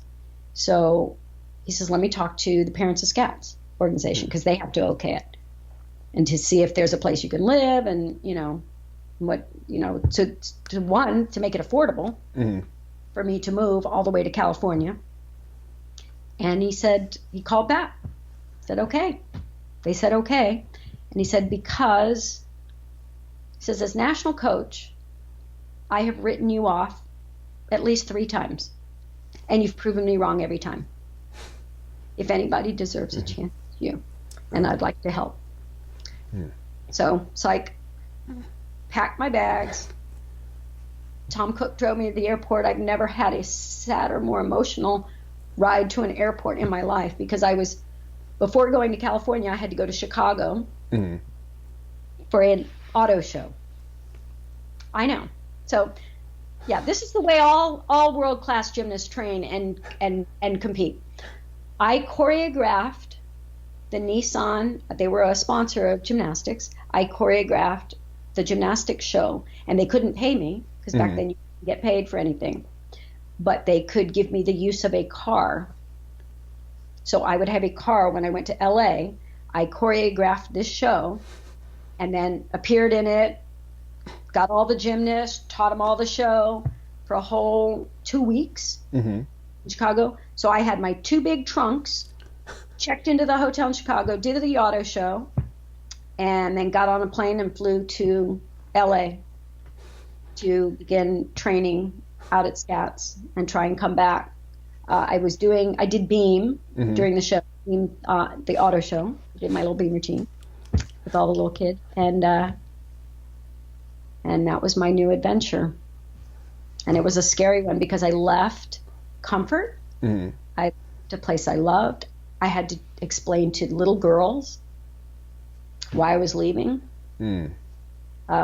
which was really, really hard. And I remember getting them all together, trying to explain, why would you leave someplace you love? Why would you leave coaches you love and your team that you love and the town that you love?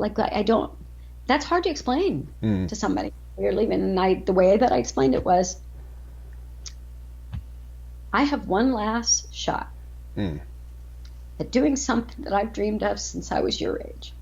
And if I don't try, I'm going to have a hole this big. And you wouldn't want me as your coach then, because I would be a miserable coach.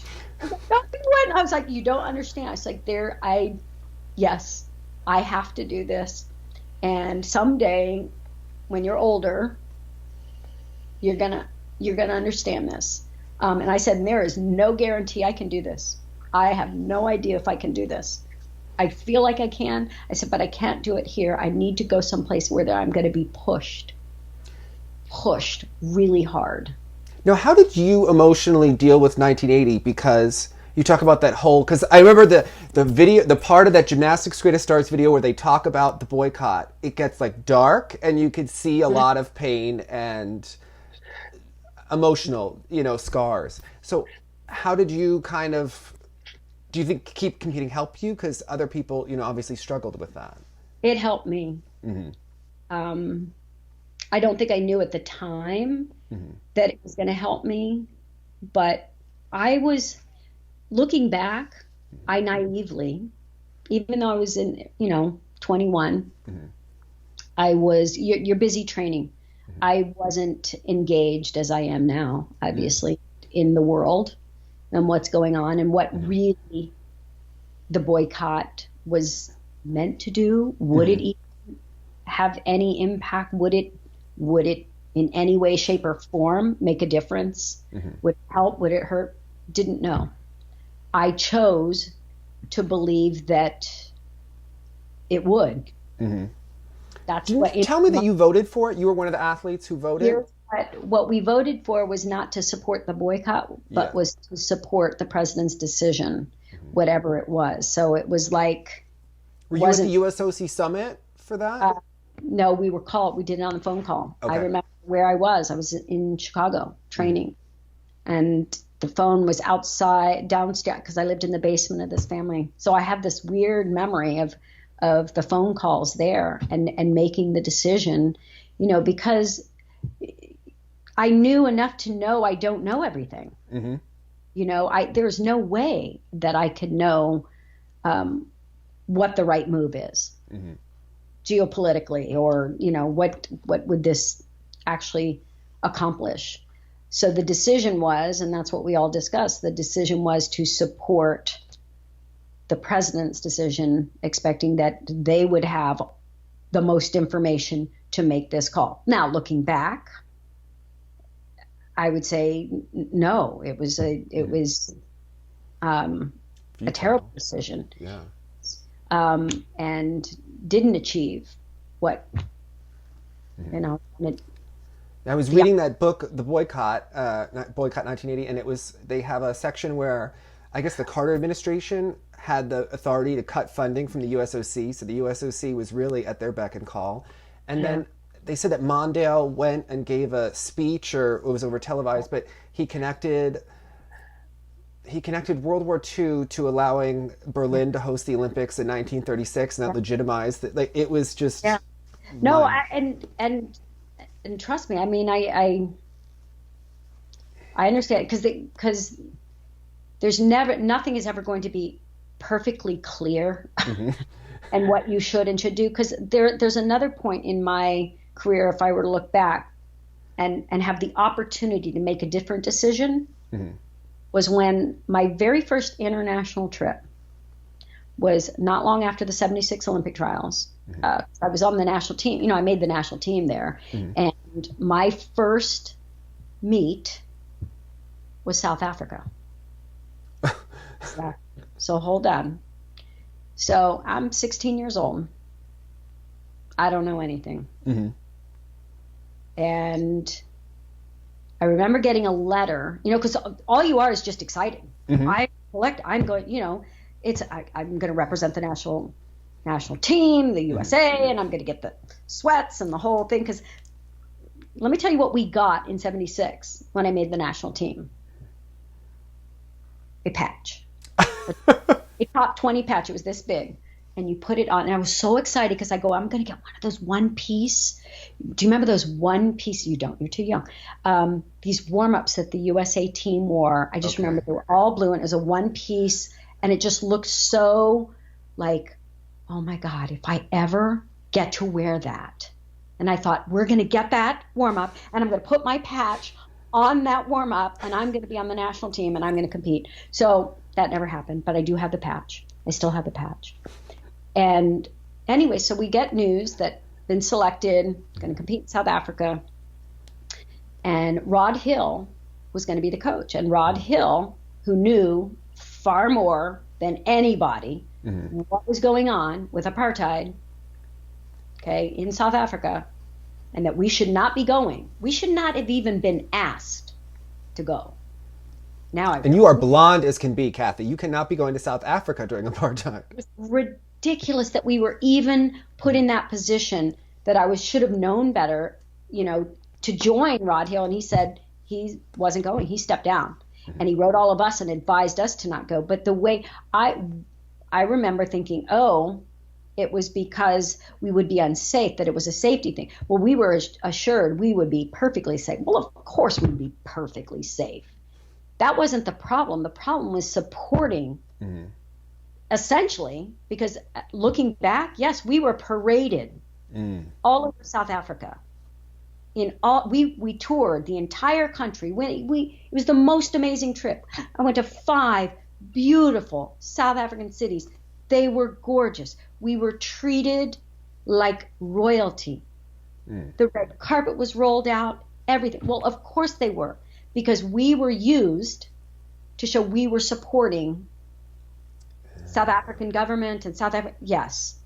Now, and I did one time during the trip, we were driven, can't remember which city we were in, and we were near to one of the areas that it was so obvious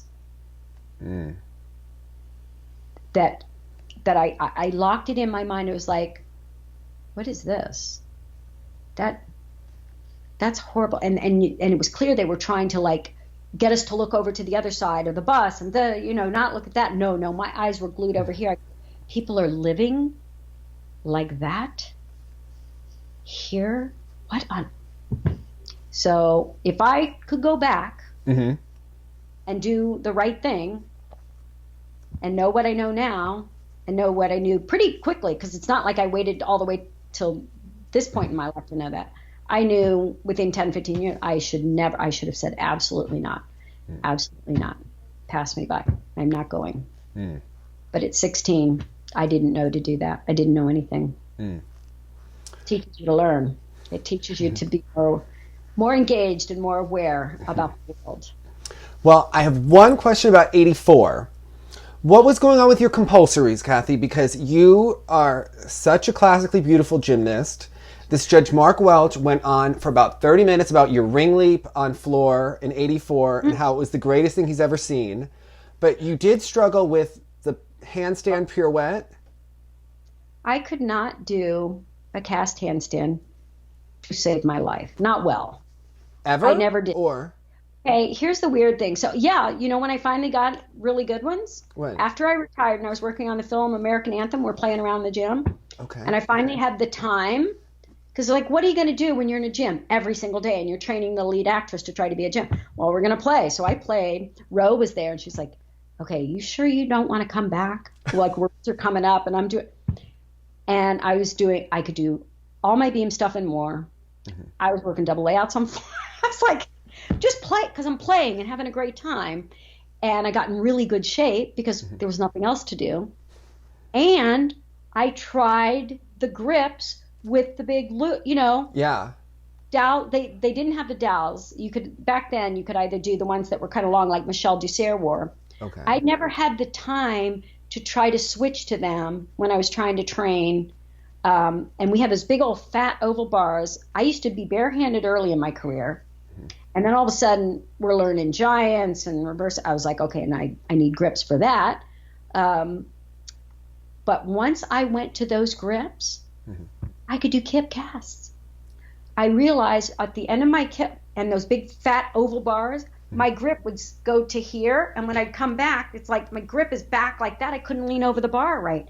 And I struggled and fought my way trying to get cast handstands. And add to that, my first compulsories were in 1976. You probably don't know the routine, but it was a straddle over mount, kip, front hip circle. We did front hip circle cast too.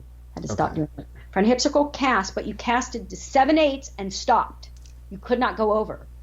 So for all that time, you had to cast, boom, and stop. Block, block.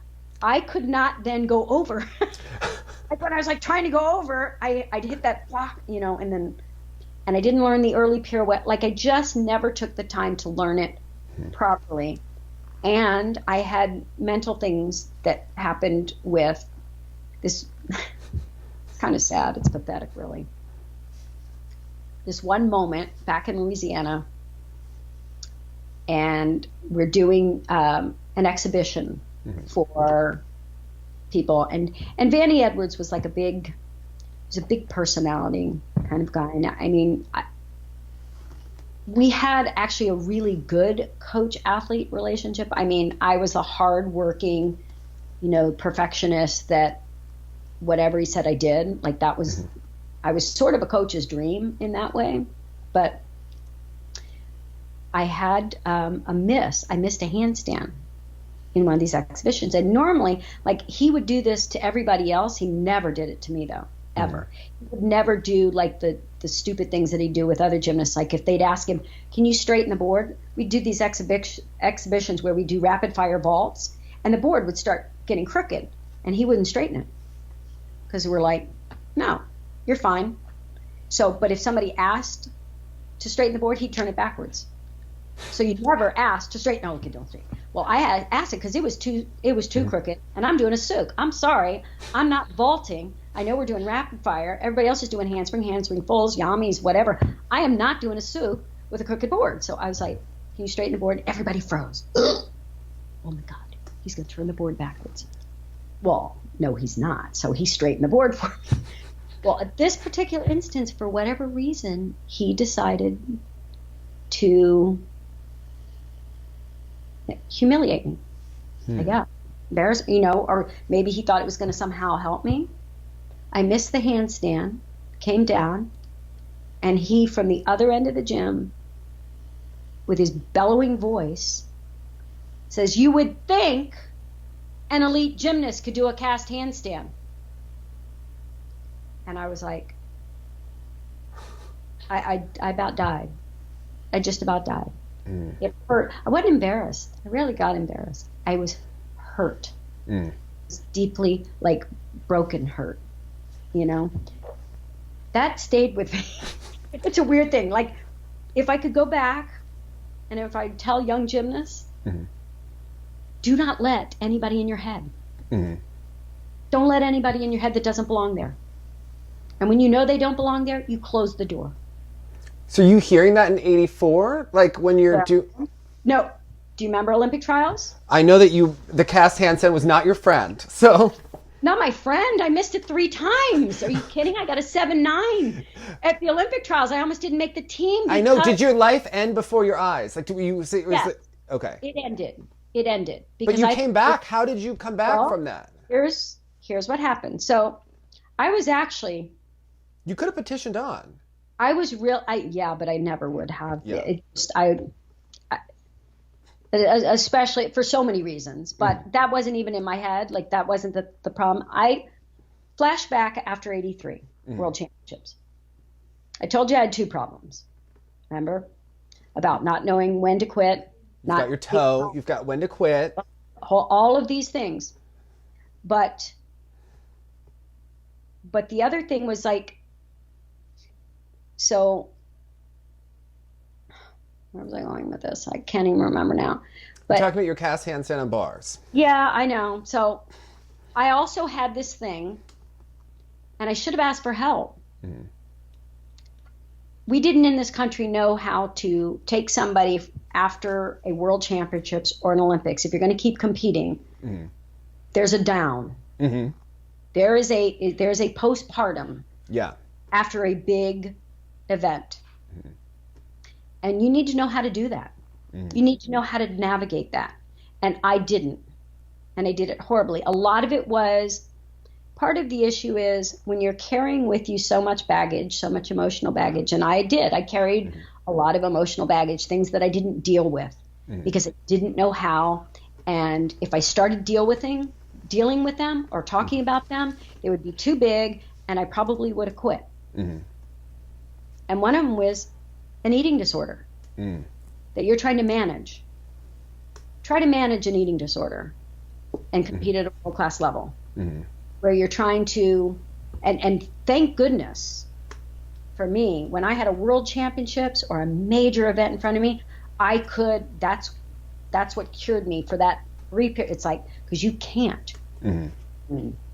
You can't do that with your body if you are completely depleted and completely unhealthy behavior. You just can't do it. You'll kill yourself. So it's like, so I could get myself in a pretty good place. But every time after a major meet, there was a crash and I'd go into a hole, almost like a black hole. And this one was the worst one. The absolute worst one, because I was so high. And you can't stay high. Like you can't do like, and you shouldn't. But I just want to go back. Let's just keep training like this. No, no, no. You need to rest. You actually do need to rest. You need to regroup. You need to then get on a cycle that you're going to peak for the right time. So I came back from the World Championships from Budapest. And unfortunately, the flu that everybody else got there, I don't know if you knew this, like our whole team got sick all through. Like they'd missed training. Poor Julianne was sick through so she was weak. And I got lucky and did not get sick until we flew home. So I came home sick. So now I'm sick, so I'm naturally going to miss a few days at the gym. But then I did my dig hole. Like, okay, and I literally for almost 2 weeks, I can share this now, would get dressed, ready to go to the gym, and not go. No, I couldn't get myself to walk out the door and go to the gym and face it because I just figured I'd get there and I couldn't do anything. That's what it felt like. Because when you're in your head and you're worried and you're stressed, things get bigger and worse than they actually are. Instead of just going, they're not that bad. You just were on top of the world a week ago. It'll be a few days. You'll get right back in. No. I just thought it was going to be horrible. I was going to walk in and not be able to do a cartwheel. That's what it felt like. No way. So week and a half goes by. I get a knock on the door. And it's John Peters. He walks in, and it was embarrassing. I'm dressed for the gym. The shades are down. It's dark. I mean, it's like this was like a scene out of a movie. He's like looking inside, and he goes, I heard rumors that you were alive. And I went, yeah. And I don't even want to open my mouth because one, I'm embarrassed. I don't want to share that. Here I look like I was invincible at Worlds. I mean, I literally had a meet that the national coach, who's now my individual coach, is so excited about me. Yeah. The old lady, the one that he's written off 3 times, like me. He's actually excited and thinks I can do new stuff at 24 years of age. And he's even saying that. He goes, do you have any idea what you did? Do you have any idea the people that are talking about? Like they were and he's all excited and all, and I'm like, and I wanted to go, do you have any idea how long I've waited to hear that? Yeah. And now I don't know if I believe it. I don't know if I did. I don't know if I can do this again. I'm so scared. And I'm not saying this. Why didn't I just say it? Why didn't I just tell him everything? Because as an athlete, you condition not to.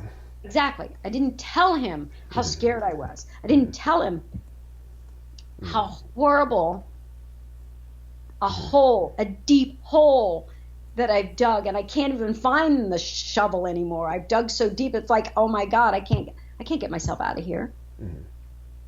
All he did was convince me to show up. Thank goodness. He says, just take it a day at a time. Take it a day at a time. Just come in tomorrow. See, this is what's also so painful, because we're also now talking about somebody who's banned for life. Which is a completely complex. And he said, I can't defend him, and I won't.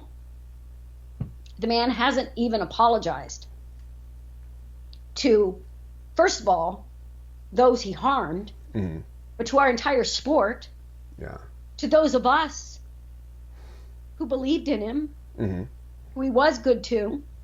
I was like, you didn't just harm your victims, you harmed everyone.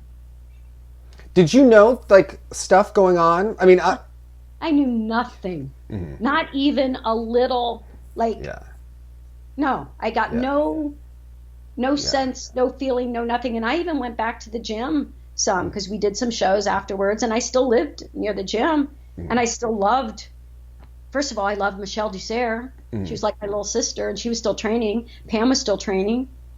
I'm going to come back in and visit. I'd come back and watch training. I had no idea. I was over at Goodwill Games when all this was happening. I knew nothing. So it's hard for me to even, like, this is what is hard. I'm trying to explain to people the damage that abuse does to people, and why. Because all of our good, the gymnasts, all of our good is often wrapped and intertwined with all the bad. How do you keep the good? Get rid of that, yeah. Without ripping it all apart and feeling like, and so some people, it's easier or better, less painful, or just protective of yourself and your sport and the person and your experience. It's like to just not talk about it, or to not acknowledge that somebody can actually be both. When have you last spoke to him, I guess? Oh, I haven't spoken to him in years and years. Not since I lived there. I mean, my son, when I lived out still in California, did mommy and me gymnastics and in the gym all the time, and I would see him often back till the late 90s. We moved in 2004, so probably that was the last. That was the last. No, I did read in one interview, because you were talking about that there was a training camp where people were dating, but you also said that you had a negative experience with the Karolis, and I was wondering what your experience was in '84. Obviously, he wanted Mary Lou and Julianne to be primed. It was more the dynamics. It was less. It was okay. We were just at the point in USA Gymnastics, it was USGF back then, where we were trying to create a national program, right? We kind of knew if we're going to be competitive with the best in the world, we knew what the best in the world were doing. They had a system of developing world champions, world-class athletes, and numbers of them. So we needed to create something that was equal to that, if not better.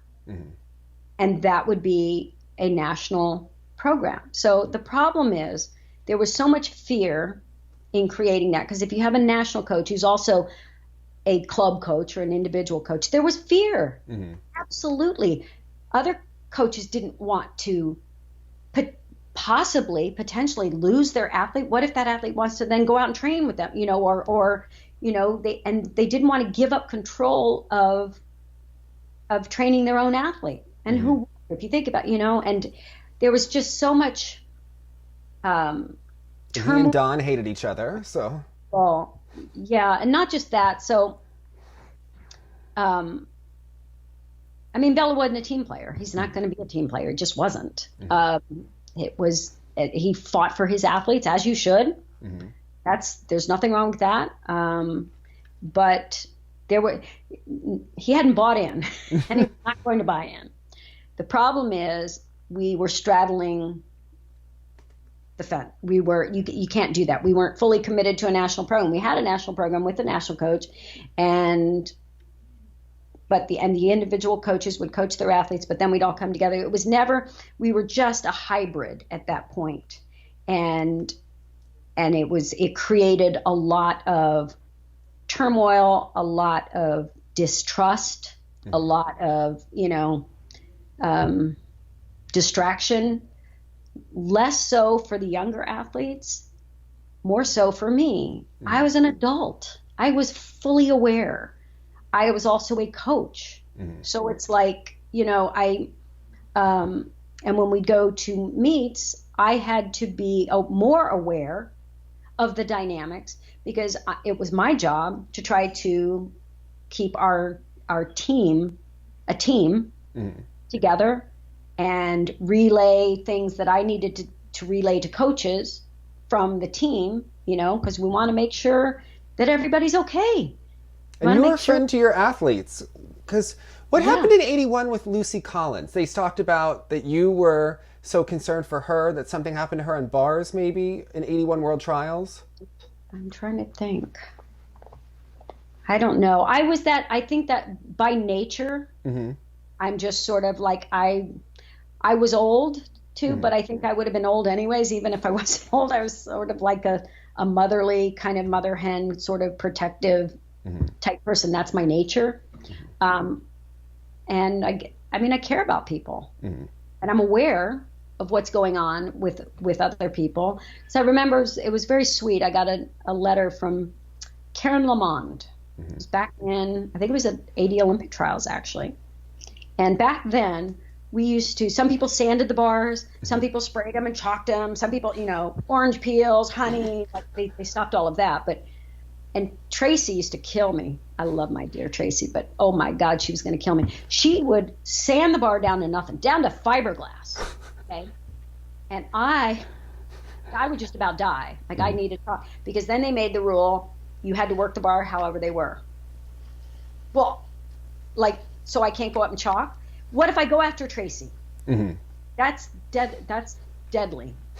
And I did one time, and it was deadly. I peeled off, whatever. But Karen Lamond had to go after Tracy one time, and I watched in her eyes as she's up there, Tracy, because they let him sand, but they didn't let people go up and chalk. So you could sand, but you couldn't go up and chalk that water. I was like, okay, there's something not fair about that.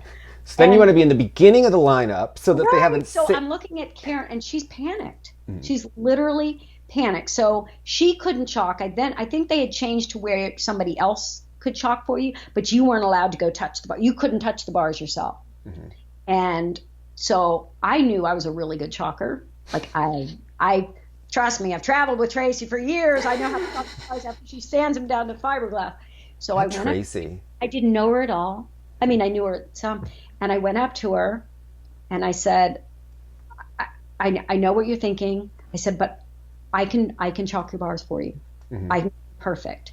And she's like, "Really?" I go, "I know how to do this. I have followed I know how to do this. I'll do it for you." She goes, "Are you sure?" I said, "I'm happy to. I'll get them perfect. Are you more?" And she'd have to tell me. So, and she stood there. So I chalked her bars, and she hit bars, and it's so wonderful. I get home weeks later. I get a letter in the mail from Karen, just thanking me. She said, I wish I kept it. I thought I did. I thought it was in my scrapbook. Maybe I'll find it someday. But it was something like, "I can't thank you enough for taking the time to do that." She goes, "Here you are." She goes, "I'm not in a position to make an Olympic team. I was just there to do my best and see where I could finish, how I could finish." She says, you were there to make an Olympic team, and you took the time to chalk my bars. So I'll never forget it. It's like, oh my God. I was so happy to. And the cool thing, so recognize the name, Karen Lamond. You know who her brother was? Who? Greg LeMond, the great cyclist. Oh. Yeah. Okay. Before he was ever, I was like, oh my God, her brother is Greg. No, and she was such a sweetheart. But those are the memories that you think about. And so I took my role as team captain very seriously. It was an important role, and it wasn't not just for me, but during that time especially, because we were very fragmented. Not because we didn't love and care about each other. Half of us had been on the 80 team that boycotted.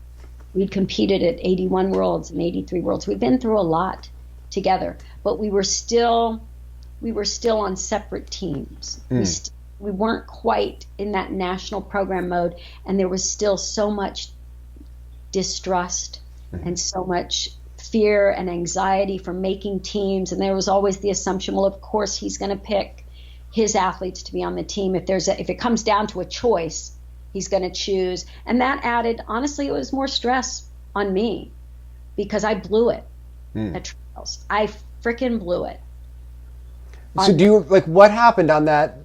It put me in here's what happened. So unfortunately, it is my Achilles heel. So Kathy can't say it is but I didn't, trust me, I don't miss them much. I didn't in practice. I mean, it's like I just don't. And you nailed it at the Olympics. I did it, but in that moment, it was just one of those. It was our first event, compulsory my first event of Olympic trials, and as I said, I was in a good place. I did crawl out of that hole. I did. He talked me back to just come in the gym. We'll take a day at a time. No stress. Let's just start. Don't even stress. And he handled me perfectly, because you could have really beaten up on me. Think about it. You could have. What are you doing? Why'd you do that? Why'd you dig a hole like that? You should know better. Yeah, I should have known better, but I couldn't. I couldn't help it. I did. So, so I came back, and I was actually I was in great shape, ready to go. But in that moment, it was just like we were rushed, and I had that split second of doubt. Just that I'm not quite ready meant to go. And it was the one event that for me, I can't bluff it. I can't. I've got to be all in and go. It's the first skill, for God's sakes. And I do the mount well, but I was like, oh. So then I miss it twice and three times. I was like, oh my God. And when I finished the routine, I was in shock, first of all. And I knew, obviously it's going to be a low score. It was even lower than we expected, though. Okay. I thought low, like 8, 2 or 3, but 7-9. You're like, okay. They somehow didn't give me credit for the dismount. Said I had piked at some weird thing. They took off. It was crazy. But I go, it may be mathematically impossible. And I've got 2 days of competition coming up. I have 7 more routines, and it's a why bother? Because this is it. So I think Dawn looked at me. And I walked off, and I wanted to go out of the building for a minute. I needed a minute. I need a minute. You did. Okay. I know. He wouldn't give it. No. And it was smart. It was smart. Because I think if I'd taken that minute and walked outside, I might have been a puddle on the floor. Okay. I may have turned into a puddle. I'll be honest with you. And maybe he knew that. And he said, no, you're not. He says, you get over here right now. He was like, I felt like a child. He says, no, you're not. You're going to get on that line right there, and you're going to do beam routines over and over and over again until you go to beam. And guess what I did? I got on the line, and I did beam routines, tears in my eyes, angry too, because I was angry. I was angry. I was hurt. I was also scared to death because I thought, that's it. I'm done. And so I did that routine over and over and over and over and over and over and over. I don't know how many. There had to have been a hole in the floor where I wore it out doing beam routines on that line. I hit my beam. I hit beam. And I got to Florida. Now, trials are in Florida. I grew up in Florida. Okay. I lived in Atlanta and trained in Atlanta. All my little teammates, all my little team girls. Remember the ones I told them why I was leaving? They all came. Yes. They're in the stand, signs. So here's my moment. Here's the why. And I walked out. I saluted the judge. Get on the floor, and they started cheering before the routine. I was like, they're not gonna let me quit. They know the why. And if I don't give it this last shot, I'm going to have a hole this big. So it's for them. I have to show them the why. It may be mathematically impossible. This may be a pipe dream. May not be able to do it, but from here on out, and I turned it up and hit every routine. I had the best meet after that compulsory floor. That years later, I think it was Tom Cook said, do you know, I figured it out. If you'd gotten a 9-1, just a 9-1 on that compulsory bar routine, you would have been first or second at trials. I was like, thank you for sharing that with me. So I knew, it's like I knew going into training camp that I should be on that team, but I had to prove it. Not just to them, not to everybody. I had to overprove it, and I had to overprove it to myself. I had to overprove it to myself because I knew myself well enough. I was like, if I don't feel like I should be on that team, when it comes time, when we go to move into that Olympic Village, I'll take myself off. Now, when you finally competed in the Olympics, you've been through everything. Did you feel the same? Like, were the nerves as horrible at the Olympics after you've lived a lot of gymnastics lives by this point. Yeah, it was different. I'm not going to lie. I mean, I'm so glad I did it. I am so glad that I'm grateful. I'm really grateful that I had the Olympics to do, even if I had to live through the devastation of killing myself. My heart, I broke my heart in all around. Like I literally smashed my heart in all around, falling twice. That destroyed me. And trying to come back from that, that's a whole nother story. In that it was like my You fell whole, into the judge, Kathy. yeah, it was crazy. But coming back from that was insane. That day and a half, it was a lifetime. Literally like my whole gymnastic life, all crammed into a day and a half and one routine, all there. The Olympics were hard. They were going to be hard for me because the Soviets weren't there, the Germans weren't there, the Czechs. I wanted everybody there. I know what world championships feel like. I can't fake that part. It's like I wanted them there. It's still the Olympic Games, though. And the Chinese were there, and the Romanians were there. So it was still a great competition. There was still the reason to rise to the occasion. But for me personally, not having the Soviets there was a big hole for me. I liked having that boost. The challenge of being team captain of a team that the dynamics, not our dynamics, we find together, but the externals, the fact that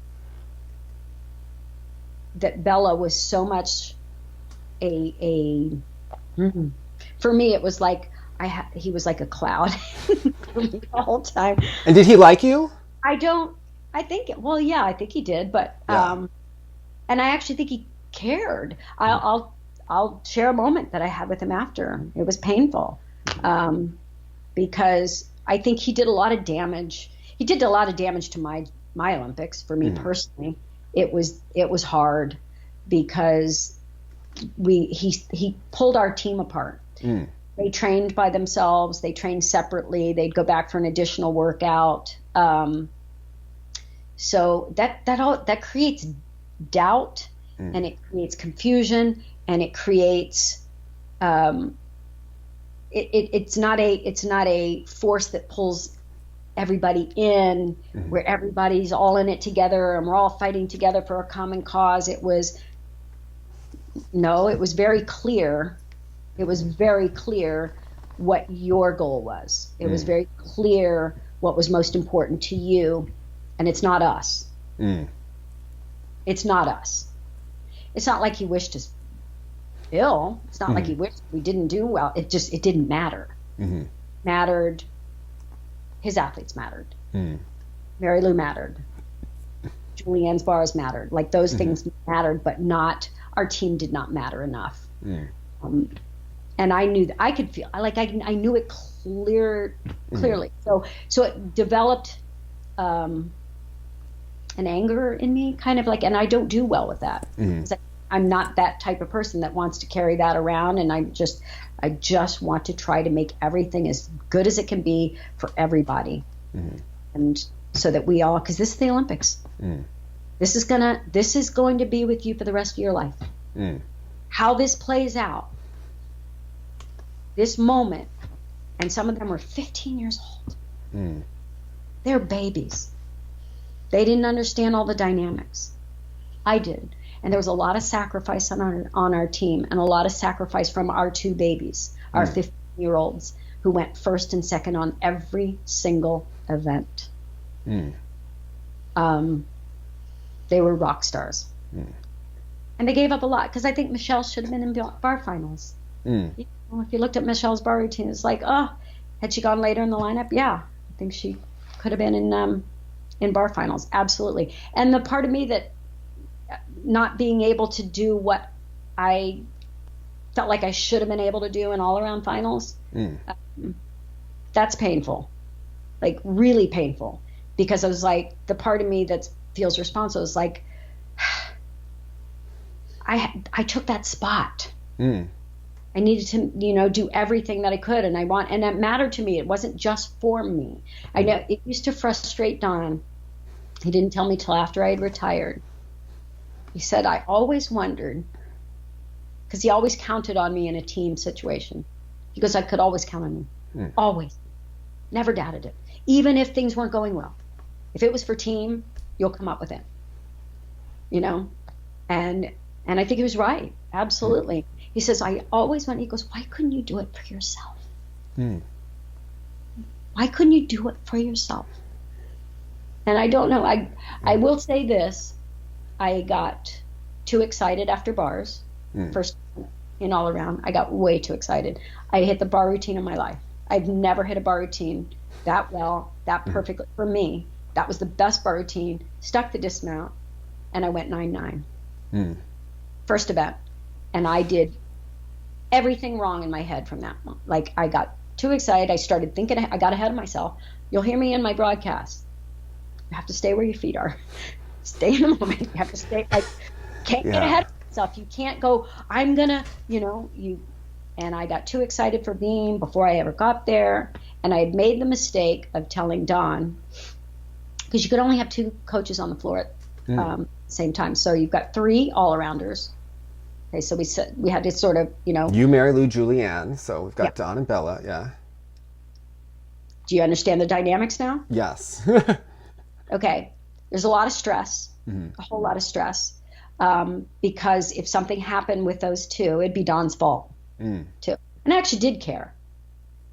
It mattered to me, because I knew the stress Don was under. Don went gray during the Olympics. I don't know if anybody noticed it. He went gray hair. It was stressful. And so I said to him, I'm fine.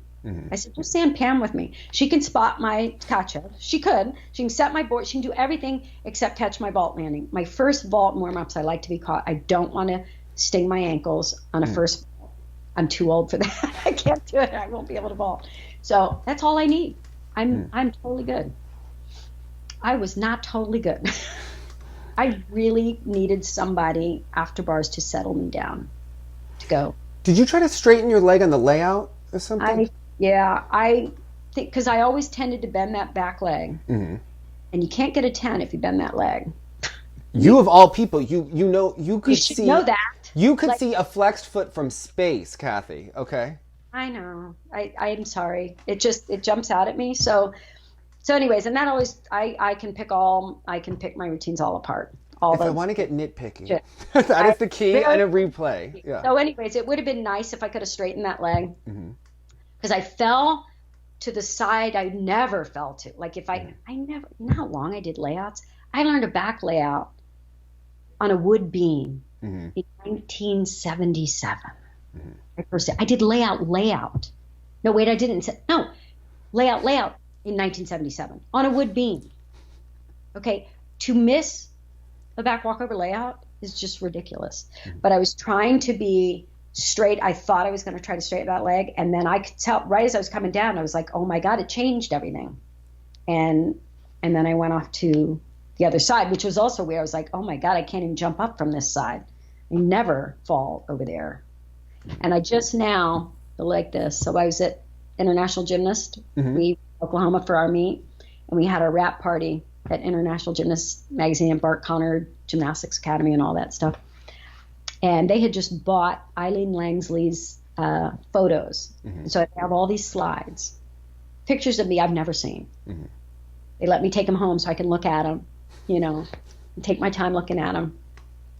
And it's so cool. It's like almost my whole career, going way back. She has a photo of me mid-fall. Serious. And when I first saw it, I gasped. Not the good kind of gasp. Not the, it was like, oh my God. And then all my friends, all my ESPN crew was like, oh, can you not look at it? I was like, yes, I can look at it. I'm going to stare at it. No, it's very real. I can look at it now, but how weird is that now? I have this photo, and I've saved it on my phone, so I can look at it. Can you send it to me? I want to see this, Kathy. Okay. I'll send it to you. But yeah, and I credit Eileen Langsley, because she was a beautiful photographer. It was fun to have these photos. But how funny that she got just snapped it at that moment. And then what's so sad, do you know what I've never watched? And I probably never will. What's the movie they did from '84, the Olympics? Oh, the 14 Days of Glory. documentary. Yeah, the Days of Glory. Yeah. How many days was it? Yeah. Is it 14 or 16? 14 days, 16? 14 or 16, which Yeah. is it? Whatever. So I'm in it. I'm in it. Do you know what's in it? The Your only beam. thing- And Tarisha was the judge. My fall. Oh, wait, your fall is in it. That's it. They show me falling. It flashes. Oh, because it's about So Mary we Lou. And went into, yes, there was one hall. I walked in and it was showing, and that's what was on this big screen. And I go, and they never came back. He never came back and said, but 2 days later, she went to the event finals, nailed the beam and won a bronze medal. Never said it. So I don't watch the movie. I can't. I was don't watch it. You just left me broken. You left me like I was the agony of defeat. And Gymnastics Greatest Stars ends much better. You nail that beam routine. Now, my last question for you, because you've had this, you've built up. When you nailed your dismount, did you know you were done?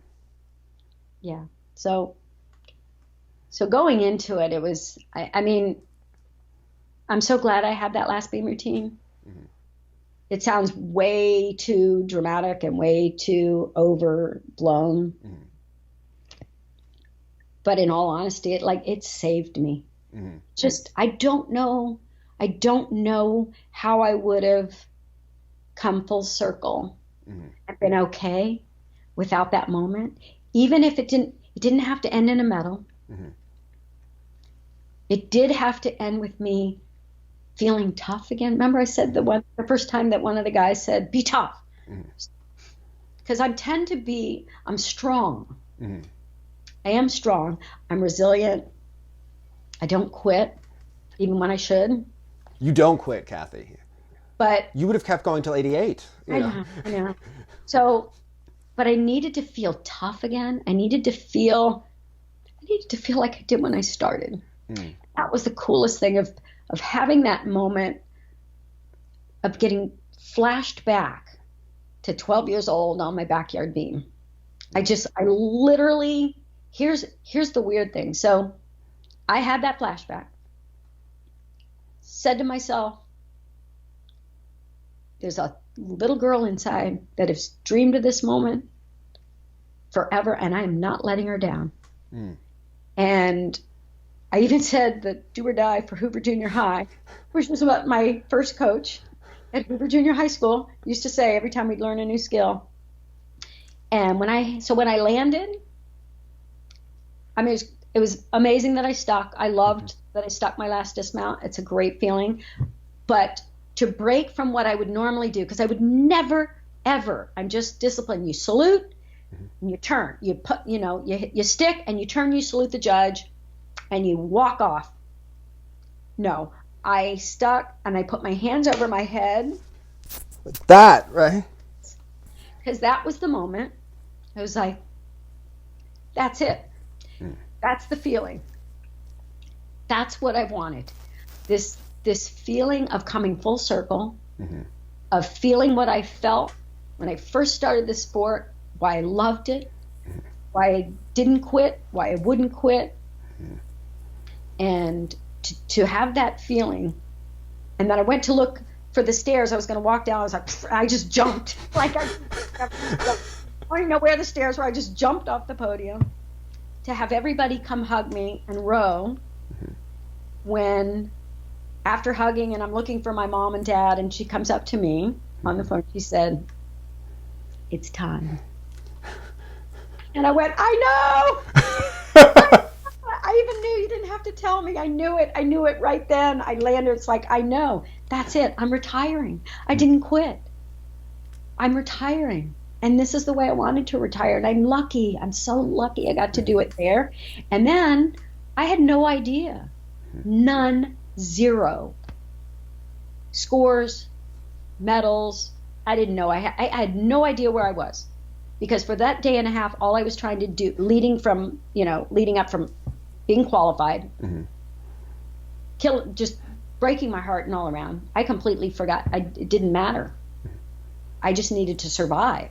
I was just trying to survive and not be a big baby and walk off and not do that routine and not, you know, like there are people out there that would give anything to take your position, to have this opportunity. Don't you dare diminish this opportunity because you're hurt, because you're whatever. I tried shaming myself. I got up there. That didn't work. Nothing worked until the magic of being 12 again. Childhood dream. It is magic. And it doesn't go away no matter how bad things get. That's what I learned. Well, thank you so much, Kathy. This was amazing. People are going to love this interview. So thank you. You can come back anytime. We can. This was fun. Yes. Send me that picture, Kathy, because everyone's going to want to see it. Okay? You'll have to send me your phone. I'll text it to you or something. I will. Thank you so much, Kathy. You're welcome. Thank you. Thank you. And congratulations on your granddaughter. Okay? Oh, I know. Okay. All right. Good night, Kathy. Thank you so much. You're welcome.